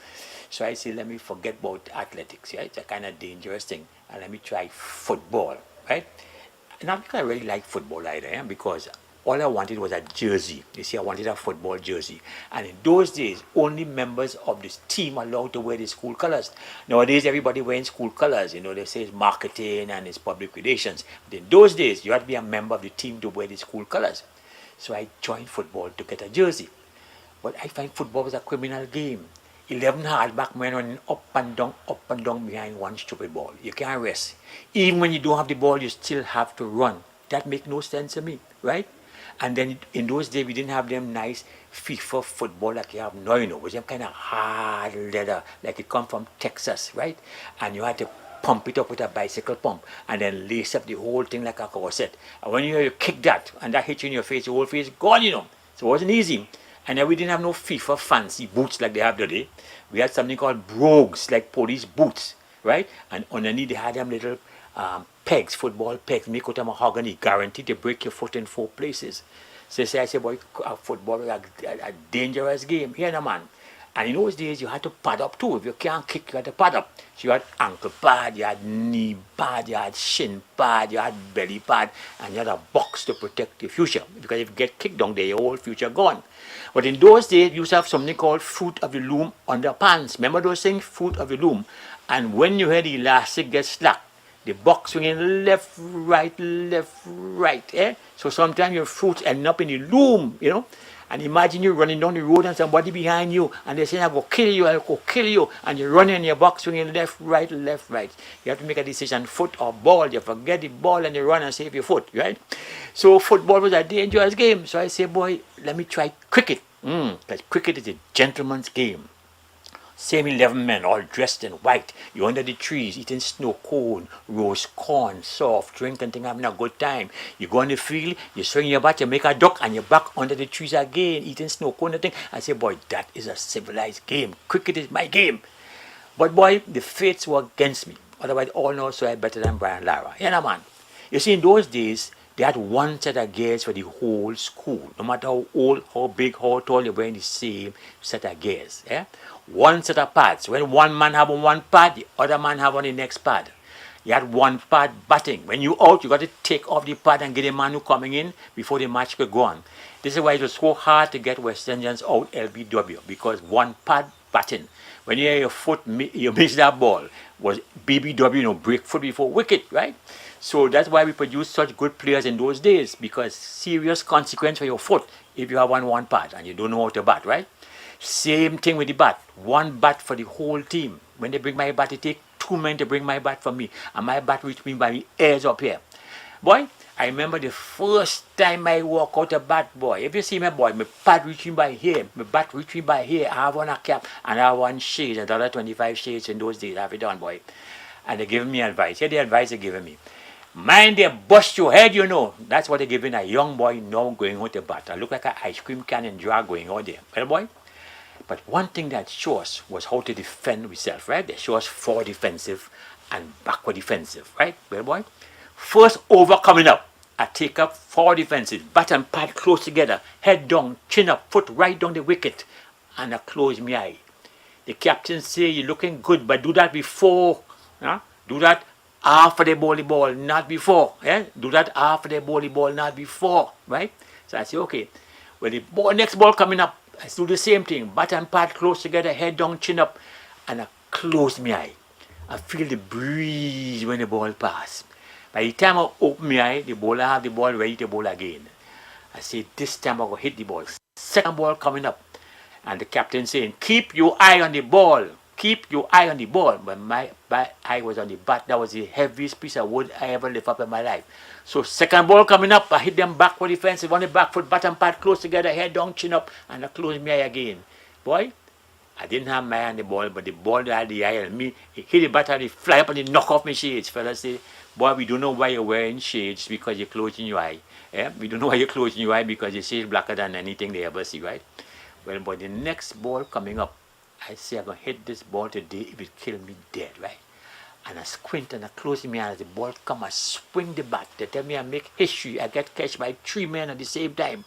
Wicketkeeper catch the ball, umpire catch me hat, and the man in slips catch the bat. Boy, at that point, I begin to consider football again.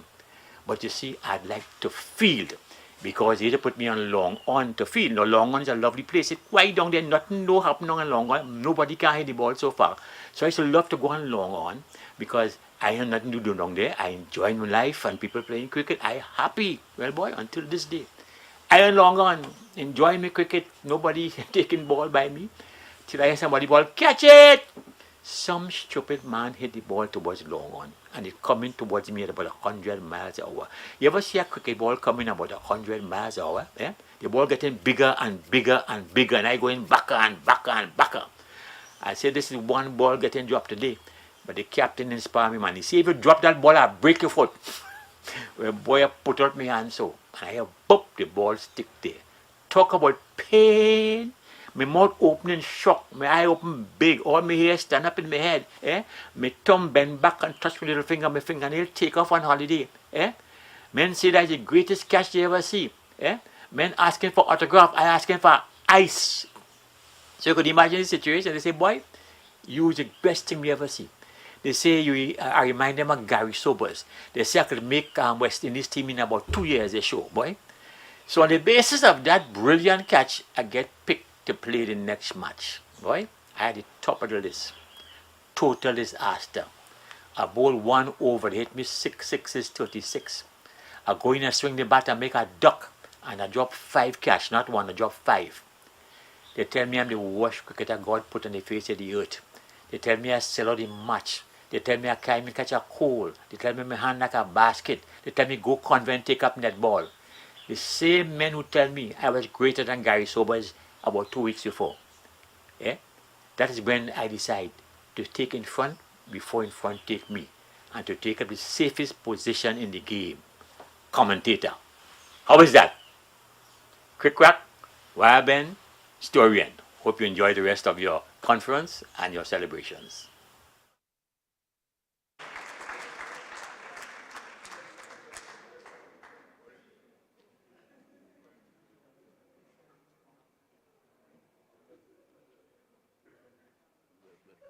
Well, I needn't say anymore. This is timely, man. Everybody laughing.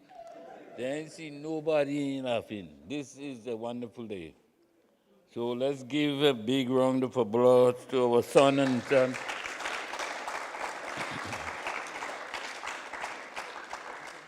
I'm sure he's going to call me to find out because I told him I had not seen this program. He asked me, how is it? And I told him I didn't see it because I wasn't as fascinated as Richie and them. And for that purpose, let's give Richie and them a big hand too because it is.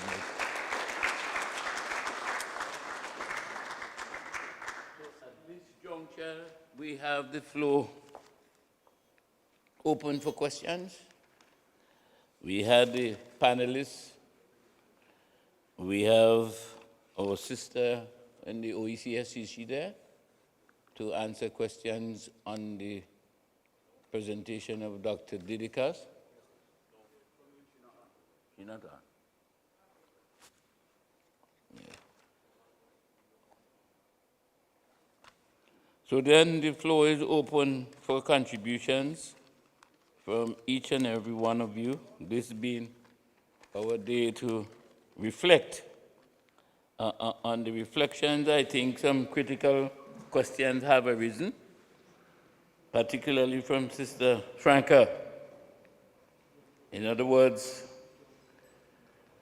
while we believe that the nation ought properly to be considering the issue of education as crucial, not only crucial for the sake of crucial, but being part of the social mobility and indeed the national capacity for us to succeed in the global environment. That is what I believe has been looming large this evening, that education is really the platform. The question that arises, do we as a nation have the necessary trained personnel to implement this mandate? I threw that out to start. Sister Franca, you may have a bite at the cherry now.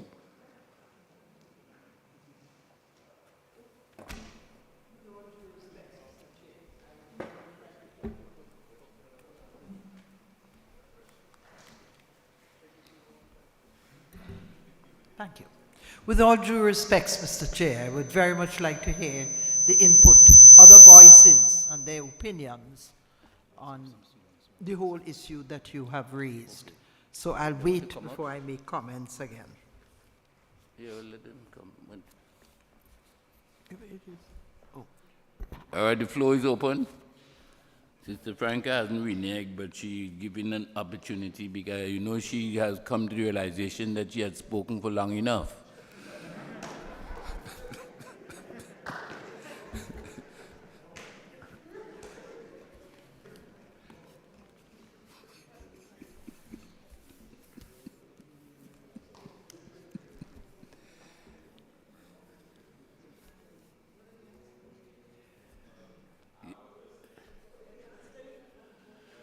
You need to come up and go onto the microphone is here, because you remember you're going large.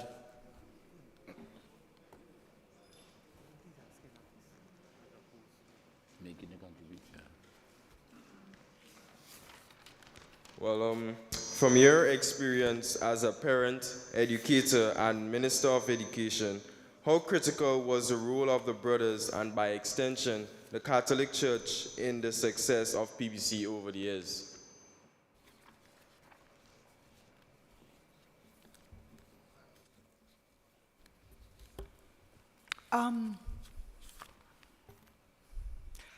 As a parent first, I remain extremely grateful for the level of teaching and for the imbuing of principles that took place with my son. He has done exceptionally well and has made his name on an international. He's an air and space engineer, Cambridge trained, and before completing even his doctorate at 23, he was, they recruited him from the United States. So it's started here. This is where it was built. He learned his science, he learned the discipline, he learned everything he needed to learn to move forward right here at PBC. And I have no doubt the training continues in the capacity in which he presently serves. So, as a parent, I have no qualms about it. Insofar as my own growing up, well, I did share with you the impact that PBC had on us as young people, you know, and how we looked up to things that were done there, and the genius, we used to call it, of the science programs there. Brother Fanovich made reference to it. In terms of the religious aspect and the Christianity and the impact at that level, there is no doubt about it at all. The influence that the religious schools have, including the Catholic schools, we spoke with them very early, with the bishop. Monsignor Lamontagne represented the church at that time and during those negotiations. We saw their input as shown over all the years as being absolutely invaluable to the development of the children in the nation. And so we saw no need to interfere with, but indeed to mesh the policies of the then ministry and the government with what happened. I remember very clearly visiting, for example, the Wester Hall Secondary School, where there was a major violent interaction. And in visiting there, because we took a team of persons from the ministry and spoke with them, and they were very, they described the event. The young man was beating up the young lady. This is in school, you know, in school hours, 12 o'clock in the day, a proper thrashing going on the grounds of the school. So in asking, I said, well, where is the staff? The staff are all peeping out, well, they're concerned about their lives, peeping out from the windows while this young man threatens to half kill this young lady on the grounds. And in chatting with the staff and principal, clearly they never felt empowered to deal with it. The answer was to call the ministry and have them intervene, and by which time, you know, there would have been a serious catastrophe at the time. So it was clear to me that the empowerment of the principals is a critical part of it. And therefore, she did not feel, I asked, well, who you think should have dealt with this? The answer was not the principal at all, in any of the cases. So I had to say to them, the people responsible are all of you here. Anything that happens here, you have the right and the authority under this person here to do as she suggests. This lady is the lady in charge of the school. And issues of that nature, you take orders from her. I could guarantee you that if she gets on the phone and calls, I will come personally, along with army members if necessary, so that students understand on these premises, the principal and the staff are in charge. You can't have students in charge on the school. So it's but then, you know, you have to know how to develop that concept with them.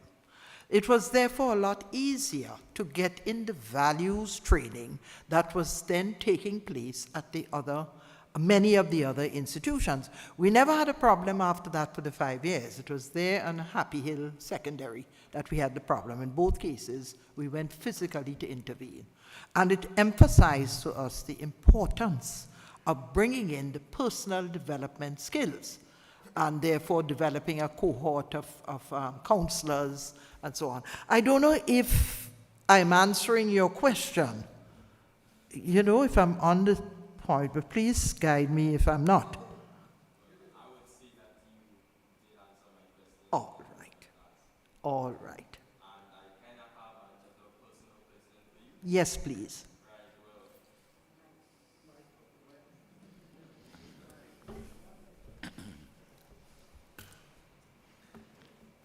Well, I am a student and I am very persistent about my work and what I do. And I would say every night I would, practice till 12, and have this certain dedication. And it's like sometimes even the littlest things that would happen to me, I would, beat myself up over it. And I am a person that I tend to, I don't want any help. I would, tend to, struggle in silence and, try to do things on my own. And I also suffer with anger issues. I have suffered with anger issues for a couple of years, trying to, figure it out on my own and, trying to, as a young man, trying to fix it, and I guess I would say to calm down. And I am striving towards a dream of becoming a heart surgeon, and it's like, I think that I am beating up myself too much, and maybe I am pushing myself too hard, and I am thinking that as a young man pushing myself so much that I may burn out. And I don't know, like what else to do. I mean, I don't really want to go to my parents about it. I still would prefer to handle it on my own. But yeah, I would also, love your advice on, what I should do and what direction I should go in.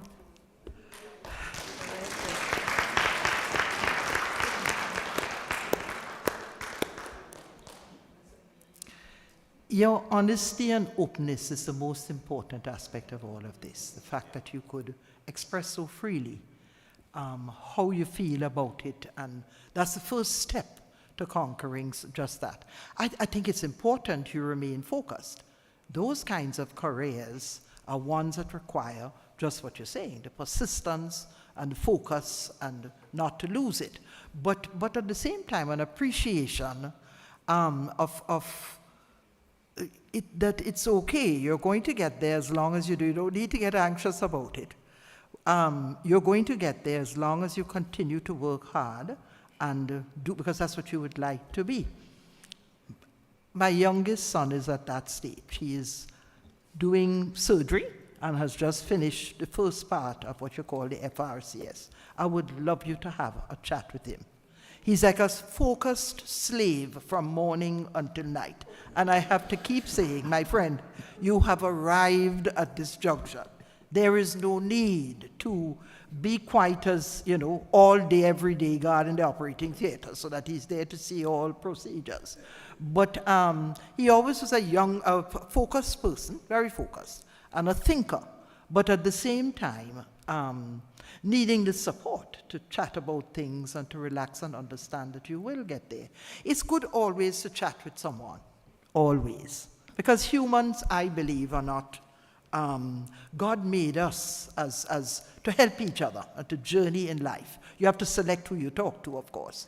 And should there be any difficulty with, parents or so, meaning to say a little shy or whatever, just select an adult who you think that you're comfortable with, and certainly chat, because people have a wealth of knowledge and experience that they could help with. Good luck. Here?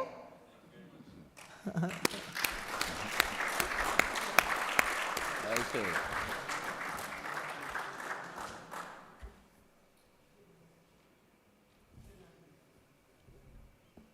I sat and listened, very much impressed with all the speakers I may see.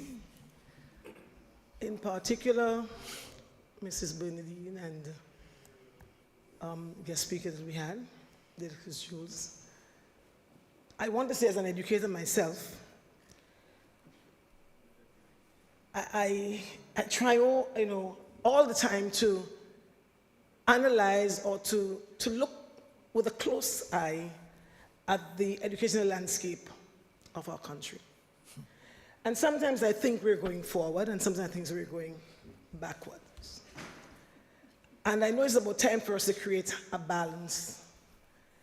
And as I just heard the young guy spoke a while ago, and you're very frank with it. And so I really believe the inclusion of the values certainly will help to guide him on the right path. Mentoring is something that we don't often have in Grenada, whether in the teaching system, to me, needs mentorship, a strong, solid mentorship program for principals, for teachers, for students. We need it. And so that will help him to stay on course, to be inspired, and to do well. Our education system is 30 years behind. I'm serious, 30 years behind. More than that. Well, that's what the latest data, 30 years behind. And so I believe it's time for a national conversation. This is a good forum, and so I really expected the place to be crammed. And I think sometimes we miss things like these when we can just come together and share and learn. So we need an intervention now. We need to understand, why do we still have oversized classrooms, overloaded curriculum? So we're talking about getting our children, we're talking about competencies, but yes, we're pushing subjects after subject. And so I'm thinking a lot of our students, today I heard that we have, I was in a meeting today, and in terms of literacy, 33%. In terms of math, 20-something%. And I'm saying, my goodness, where are we going? Where are we? What can we do? And I'm thinking that there is so much being pushed to the students that there's no place for storage. They're not storing any, because there's so much at the same time. Too much new information is just coming at them. So there's no place for storage.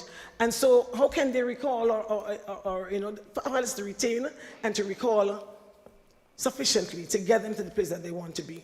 So even, yes, we have some students who are succeeding, but they are in the minority. So we want more of our students to be successful in school. And I'm glad that we shared tonight that it's not just academic, but we have to move into the future-ready skills and on how to negotiate, and that would help him quite a lot, the whole critical thinking, the determination, the self-introspection, and all of these things that we can get about. But we have to create an environment in our schools. And I think it's time for us to get to a student-centered learning environment where we as teachers don't believe we are the sole source of knowledge. We're not. And it's time for us to give the students a chance to experience, experiment, to discover in the classroom. So perhaps if we look at, rather than us going to the blackboard with just putting the notes on, or same textbook you're reading from and same notes you're giving back, we need to get to that place where that whole, we spoke about creativity, collaboration, critical thinking, confidence, and all of those good communication skills come alive in our classrooms so that our students can benefit more.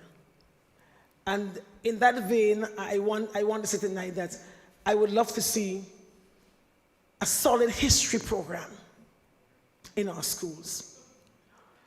Because I think if we know history, not just for examination, but being involved in history, because if we understand our history, then I think as a country, we'll be better able to move forward. We're better able to get our children to understand who they are, where they're going, the experience of the past, and how that affects what's happening now.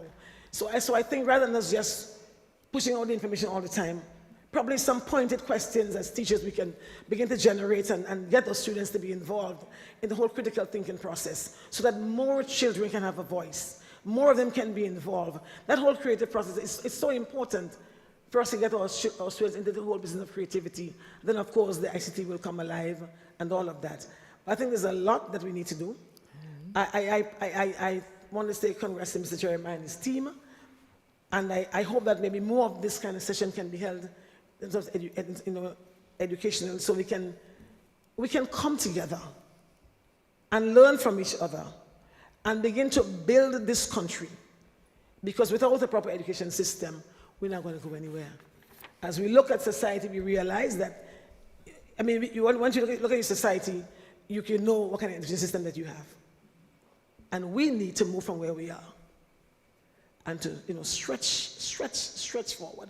I believe we have competent people in Grenada, probably in diaspora. We have people who can come together for us to look at a viable and guaranteed curriculum for our students, where every child has the chance to learn, where there's time on task. And from the preschool, I think someone spoke about early childhood, maybe it was you that spoke about that level of schooling. Because unless we don't get the base right, we're not going to get the top career. And that's part of the biggest problem, that we don't have that quality at the bottom down there. And that's so important for educational growth in our students. So I trust that we can make some strides to move from where we are and to stretch a little bit more. So forums like these are valuable. And so I am very happy that I came. I've learned quite a lot this evening, and I trust that together as Grenadians, that we will look at these 30 years that we're behind in education. That's the last data that I read, and I'm very much displeased and unhappy as an educator to think that we're 30 years behind, and I've not heard a national conversation on where we are, where we're going, what are we going to do? How do we move from here? Thank you.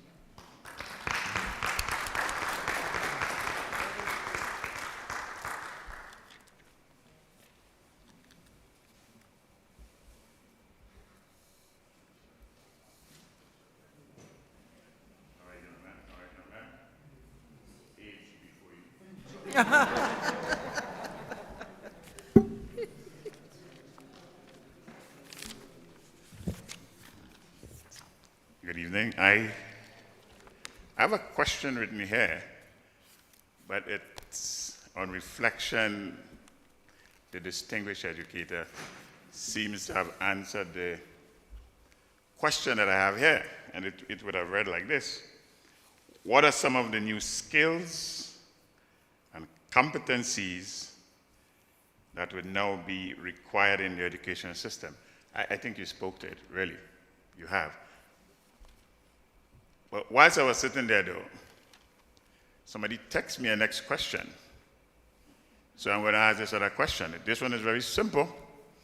And the question that it texts is, are we going to have another session with Mr. Keynes Douglas?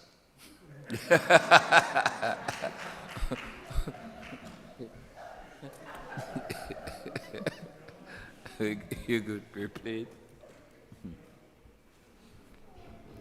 If I may comment on the last question that was asked, I just want to make a comment in that looking at where I'm at right now in life, I think sometimes the system has failed me to a certain degree in financial literacy and other life skills that you ought to have known in your 20s or coming out from school. Yes, we focus on finding X and finding Y and multiplication, but all the other soft skills in knowing this is how you run a business, this is the things that you ought to do at a certain age, or you should have these certain soft skills in order to go forward in life. But if I have to say one of the relevant skills, it will also be financial literacy. Yeah. A question directed to Alex Simon. Mr. Alex Simon spoke adequately about his current experience at Presentation Brothers College. However, if a student now preparing for the CPEA exam approached you looking for guidance about making his list of schools to attend in the new academic year, what are 3 or 4 things you would tell him about why he should put PBC on his list?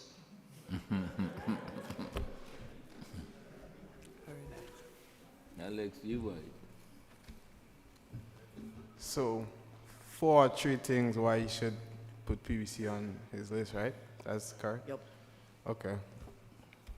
So, to try to break that down into 4, it's kind of hard. But one of the things I realized that you could find in PBC is first and foremost teachers that actually care about the students. And, you know, when you go into secondary schools or university, it's kind of hard to find teachers that care about with students in a personal level.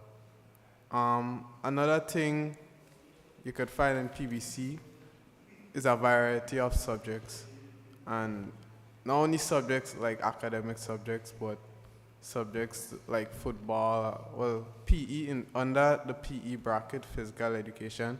You could find football, you could find table tennis and stuff like that. So first of all, the teachers, second of all, the subjects, third of all, the friends. Well, that could be dependent on the generation you're in. So, so it's kind of hard to say that, but I think it's really drilled in by the teachers, by the staff members, the brotherhood of PBC that, you know, if you see a PBC man in town or a PBC boy in town, a PBC boy in town, you wouldn't just see him as a stranger, because once you have the PBC uniform, he's like your brother still. So that brotherhood is instilled in PBC. So first you have the teachers, then you have the subjects, then you have the brotherhood. And then finally, I would say, is the teaching in PBC. And as the lady was talking about education and how the education system should be, I kind of reflected on the teaching as in PBC, and it's not just about coming on a blackboard and then you're getting stuff. Sometimes the teachers just give us a topic to teach the class while the teachers sit down as a student in the class. And that's kind of a very innovative way for us to learn. And that's the 4 things you could find in PBC. First, you'll find, what's the first thing I say? First, you'll find teachers, good subjects, good brotherhood, and good teaching in PBC. Also, another question from me. This is a personal question. How do you deal with listening and procrastination? What was that? How do you deal with listening and procrastination? So, listening, for me, I think listening becomes more easy. Like, as the guy said this evening in my biography, that I love foreign languages. And one of the things very important in foreign language is listening. Because as a baby, when you grow up learning English as a baby, it's really listening and then output what you hear. So listening is really, you gotta really care about what is being said when you're listening, because sometimes it could be hearing people and you're not listening to them. You could be just consuming, going in one ear and passing through the other ear. But you have to care about your subject matter. In my opinion, you have to care about your subject matter to really listen and process it. And even if you don't care, you could find ways to care. You could find ways to say, all right, this could benefit me in the future somehow. And for procrastination, now that is hard. I really struggle with procrastination, and especially in these days, in technology coming about. And this is one of the interesting things. Like, I heard a philosopher say that one of the most biggest lies in humanity is that we have no time. And he says that because we have, the people who really didn't have time is our forefathers, because they had to work every day, and not only work, but they had more time they had to take more time for their work, because they didn't have automation, they didn't have washing machine, they had to wash it by hand and stuff like that. So the fundamental lie is that we don't have time. And I know people will be busy these days, but the people who really didn't have time is our forefathers. But at the same time, we are the ones who complain more about not having time than they, which is interesting, because the thing about procrastination is not that we don't want to do something, but we have so much options now that doing setting our priorities straight becomes harder and harder the more options we have. So I would say to limit procrastination, you have to limit the options. And people wouldn't like to hear that, especially kids, because one of the things you don't like is when mommy take away your PS4 or something like that. But what you really have to do, and especially for parents, you have to limit the options. Sometimes you have to give them time for play and time for work, but you have to limit the options that they don't become so overwhelmed with things to do that they misplace their priorities in life. So, I wanted to make a okay. Before, yeah. I have a question for Alex Simon. So, you're in Form 5 and you've been through most of the subjects. So, my question to you is, like, what subjects you like to see, like, strengthen, like, things like you want to see certain subjects improve, or what new programs you want to see come to the school, like, in the coming years? Well, my first thing that popped in my head was music, because when I came into Form 3, I actually had music as one of my options in Form 4. But somehow, I'm not really sure the reason why, but they removed it. And I probably would be playing the piano now if they still had it, you know. But music is one of the options that I want. Well, is mandatory, music is allowed in some other countries, like in the Caribbean, but here in Grenada, as a subject for CXC, I want to see music. And another subject I want to see come into CXC is robotics, because I see there's an interest in younger people in robotics, and I think that could probably, most likely, limit unemployment if there's more jobs related to robotics or more opportunities related to robotics. So, yeah, that's two subjects. And a personal question, like, how do you, like, you're in Form 5 and you're doing all the subjects, like, how are you finding time to study, like, effective studying? Well, it's in one word, sacrifice, because a lot of people want a lot of things, but they don't want to do the things required to get a lot of things they want. So sometimes you have to really sacrifice the enjoyment. You have to, well, my father has called it delayed gratification. So you wait.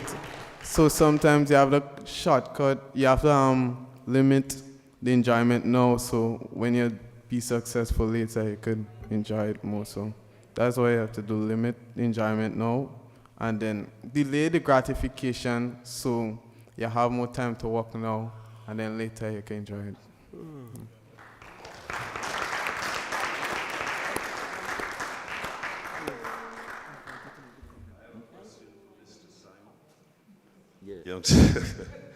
Young Simon, I admire your prowess and your progress in school, and you've done tremendous in your endeavors.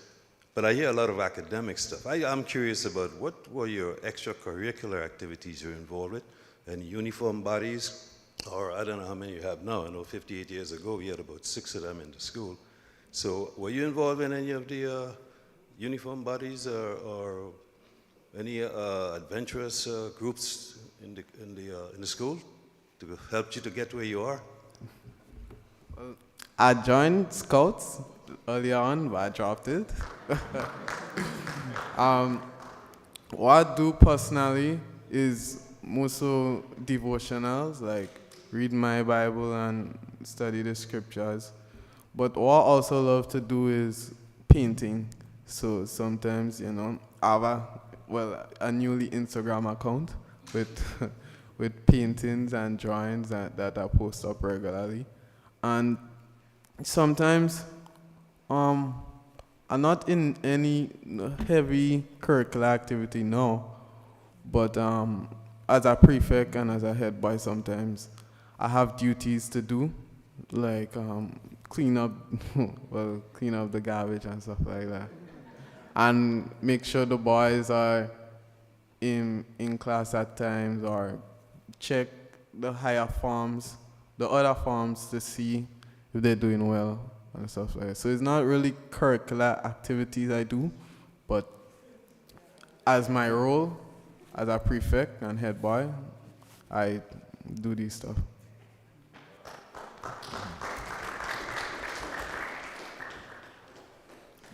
Thank you. I just wanted to comment on a few points because they've come up repeatedly. And perhaps we could start with the student-centered learning versus the teacher-centered learning. And the description of it, in that in days long ago, the teacher and the chalk and the blackboard was how it went. And the teacher told you, and you wrote and made notes and then regurgitated it back. And that's what I was making reference to when we spoke of learning by rote. That has changed completely. And it is student-centered learning that must take place. They would not find their way in a globally developing world like it is unless they were able to problem solve and look at issues and so on. So I want to strongly agree with the persons who raised it, Dr. Bishop, Burnaby, and yes, and others, another gentleman over here and so on. That is the whole thrust that should have taken place, that transition, a good while ago. And hence my comment on the 30 years behind. I think that's a wonderful projection. It is plenty more than 30 years. Let me share an experience with you. I suppose, the figures would indicate that. But recently, and I'm going to say recently, about a year ago, I was in Victoria and meeting with people, which I love to do, on the ground and just chatting about things. And this is a particular young lady sitting outside the market, a young woman in her late 40s. She had 3 children. And she didn't see. I was saying to her, we were talking about the fact that she had this allowance and she couldn't afford to do all these different things and so on with the children. She wasn't worked up, distressed, or otherwise. She was just chatting. And I said to her, you don't think that if you went to the hospital, it would be nice to have a sheet on your bed and a pillow to put your head on when you're sick? And she told me she hadn't thought about it really. She hadn't really realized. Yes, she guessed it would be. But this is something she never thought about. So her level of expectation is so low. That's what I mean when I'm talking about empowering minds. I had to say to the group who were with me what we could do here. I questioned her more, but there was no consciousness at that level in 2021 in our country, Grenada. She just thought that you went, and if you have lucky enough to have a relative, they bring a sheet, and that's how you lie down on the bed, and relatives will bring food. This is her concept in this day and age. And I had to say to the group, what we have to make sure is that the children get the bus fare and they get something to eat so they can continue to attend school, because I don't think there's much we can do about that generation at all. And that's what I'm saying. When you look at the level of empowerment, you never get a response like that in Barbados or even St. Lucia, largely because I've tried it myself. I've been intrigued with our own thinking and our own levels and so on. So our people haven't gotten even that level of consciousness of what we should be asking for and depending on, and interested in getting our education, empowerment of people's minds up to that level. The other thing I wanted to say is that the boys' underachievement, I don't know if you remember that, but public fora were things that we had and need to continue to have just like this. But George, I don't know if you remember when we had the session, we used to do a series of them. That one was in the Deluxe Cinema in Grenville and in Goa. We had it in 3 places. The 3rd place was down at SGU. The public fora are key in keeping people thinking and listening to each other. But we tried, you know, but we as a people must be more responsive than that. You know, in other words, we must get up and say, well, where the public fora is, or come, let's talk about. But we don't tend to operate that way at all. We tend to sit and let it be done unto me instead of, you know. In terms of the history, the program is absolutely essential. For the first time, I got to find out who Fedon really was during the program. I mean, I know Fedon. I know Fedon's camp. I hiked there. I know he's a Grenadian. And he created some fracas about about 100+ years ago. That's the sum total of it. I mean, I was totally empowered in seeing the history of who he was and the sort of struggle it would have been that has made us who we are today. So, you know, the point is well taken, but it is we, the people, that have to try and get these perspectives put in so that our children become empowered and understand from whence we came so we could know where we are going, you know. The wide variety of subjects is something that's very, very important. You hear the music? When I was in the Bahamas some years back, they had their core subject as music, English, and math. And I said to myself, these people are crazy. They don't really, yes, I said at first, they have funny, they've lost perspective of things. We in Grenada have programs that could get our children into all universities. 6 months later, I say, you know something, we're way behind, you know. A young man in Form 3 came to me one day and said, you know, miss, you have all this knowledge about chemistry and about this and that, because that's what I was teaching at the time. And he said, I could hustle your salary in one night in Paradise Island playing the piano. Just so he said it. And I was pressed as a teacher to say, well, Lord, how am I going to justify that? So I had to tell him no, that money is not everything in life. And that in actual fact, I got great satisfaction out of teaching the chemistry. But he meant to say, you know, are you relevant? Are you and this college relevant to our existence? And this is something that we have looked at and understood. They just understood it well ahead of us and could therefore, you know, bring in other subjects. We did introduce, as you are aware, the performing arts. You know, the music that should be in the school, indeed, we should have percussion bands. What happens to the musicians amongst us? What happens to the Michelangelos amongst us? They sit by the wayside in Victoria. And nothing happens to them. They have brought people to me, before I was minister, who, the lady was from Canada and she was volunteering and she said, this is an artistic drawing, the likes of which deserves to go on to a degree. Because this boy is clearly talented. Where is, as I say, it's a Michelangelo sitting on the side of the road. So we got to wake up and put in all of these options for students and for all these different things to happen. The art, you know, is the one I'm sharing.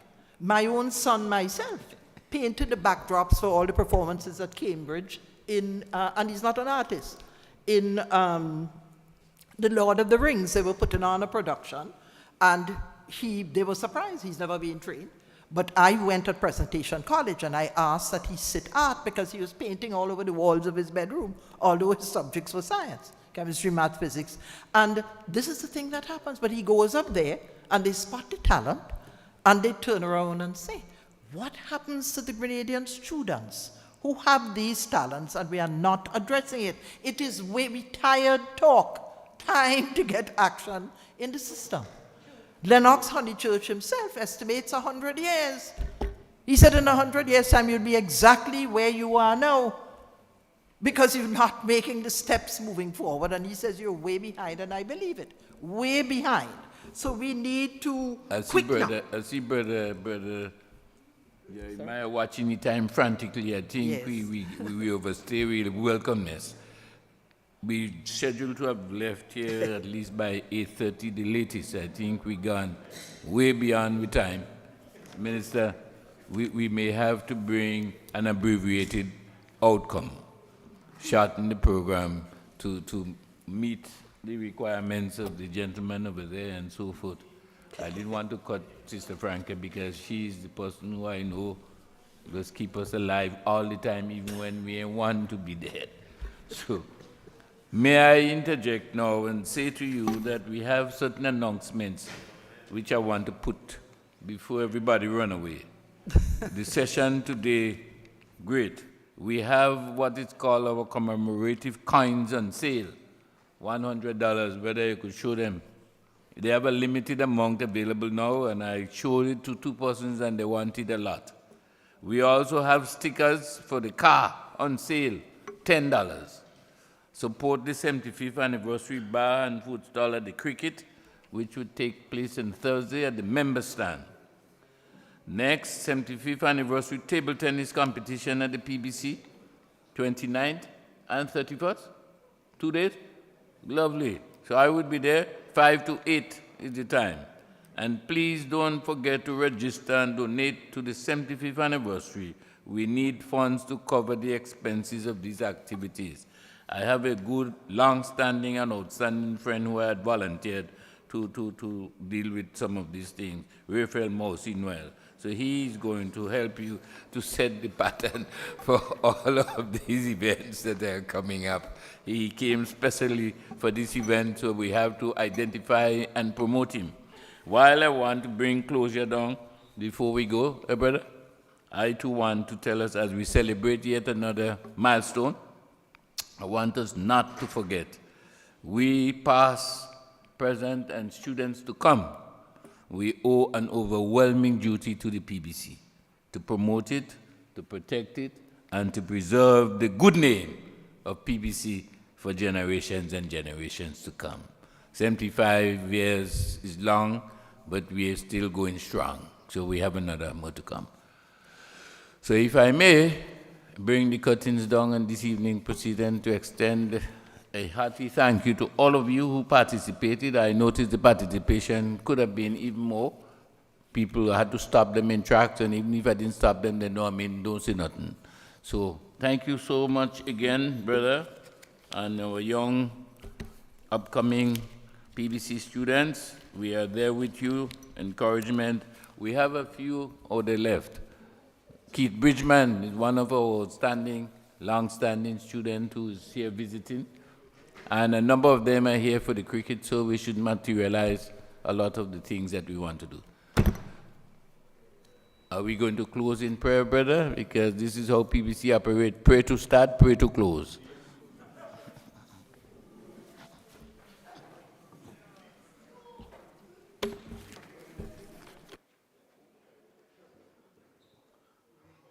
So once again, thanks to everybody for coming out. This was a wonderful session. I want to, in a very special way, thank the Chief Education Officer for not only coming, but spending the duration of the time, and also the District Education Officer. She was also here a while ago. Has to travel all the way to St. Andrews, but she came anyway. The chairman of the 75th Anniversary Committee, Mr. Adrian Francis, for the work that he and all the other committee members are doing, and then the staff members who are here, office staff, the students who are here, and everybody. Thank you so much for coming and making this evening such a great success. So Lord, we thank you for your goodness. We thank you for watching over Presentation College and all schools and all persons who are involved in education. We pray in a special way for safe passage home, and for all the other activities that are coming up for the 75th anniversary of the college. So as we go, may the Lord bless us, in the Father, the Son, and the Holy Spirit. Amen. Amen. Thank you. Have a safe journey home.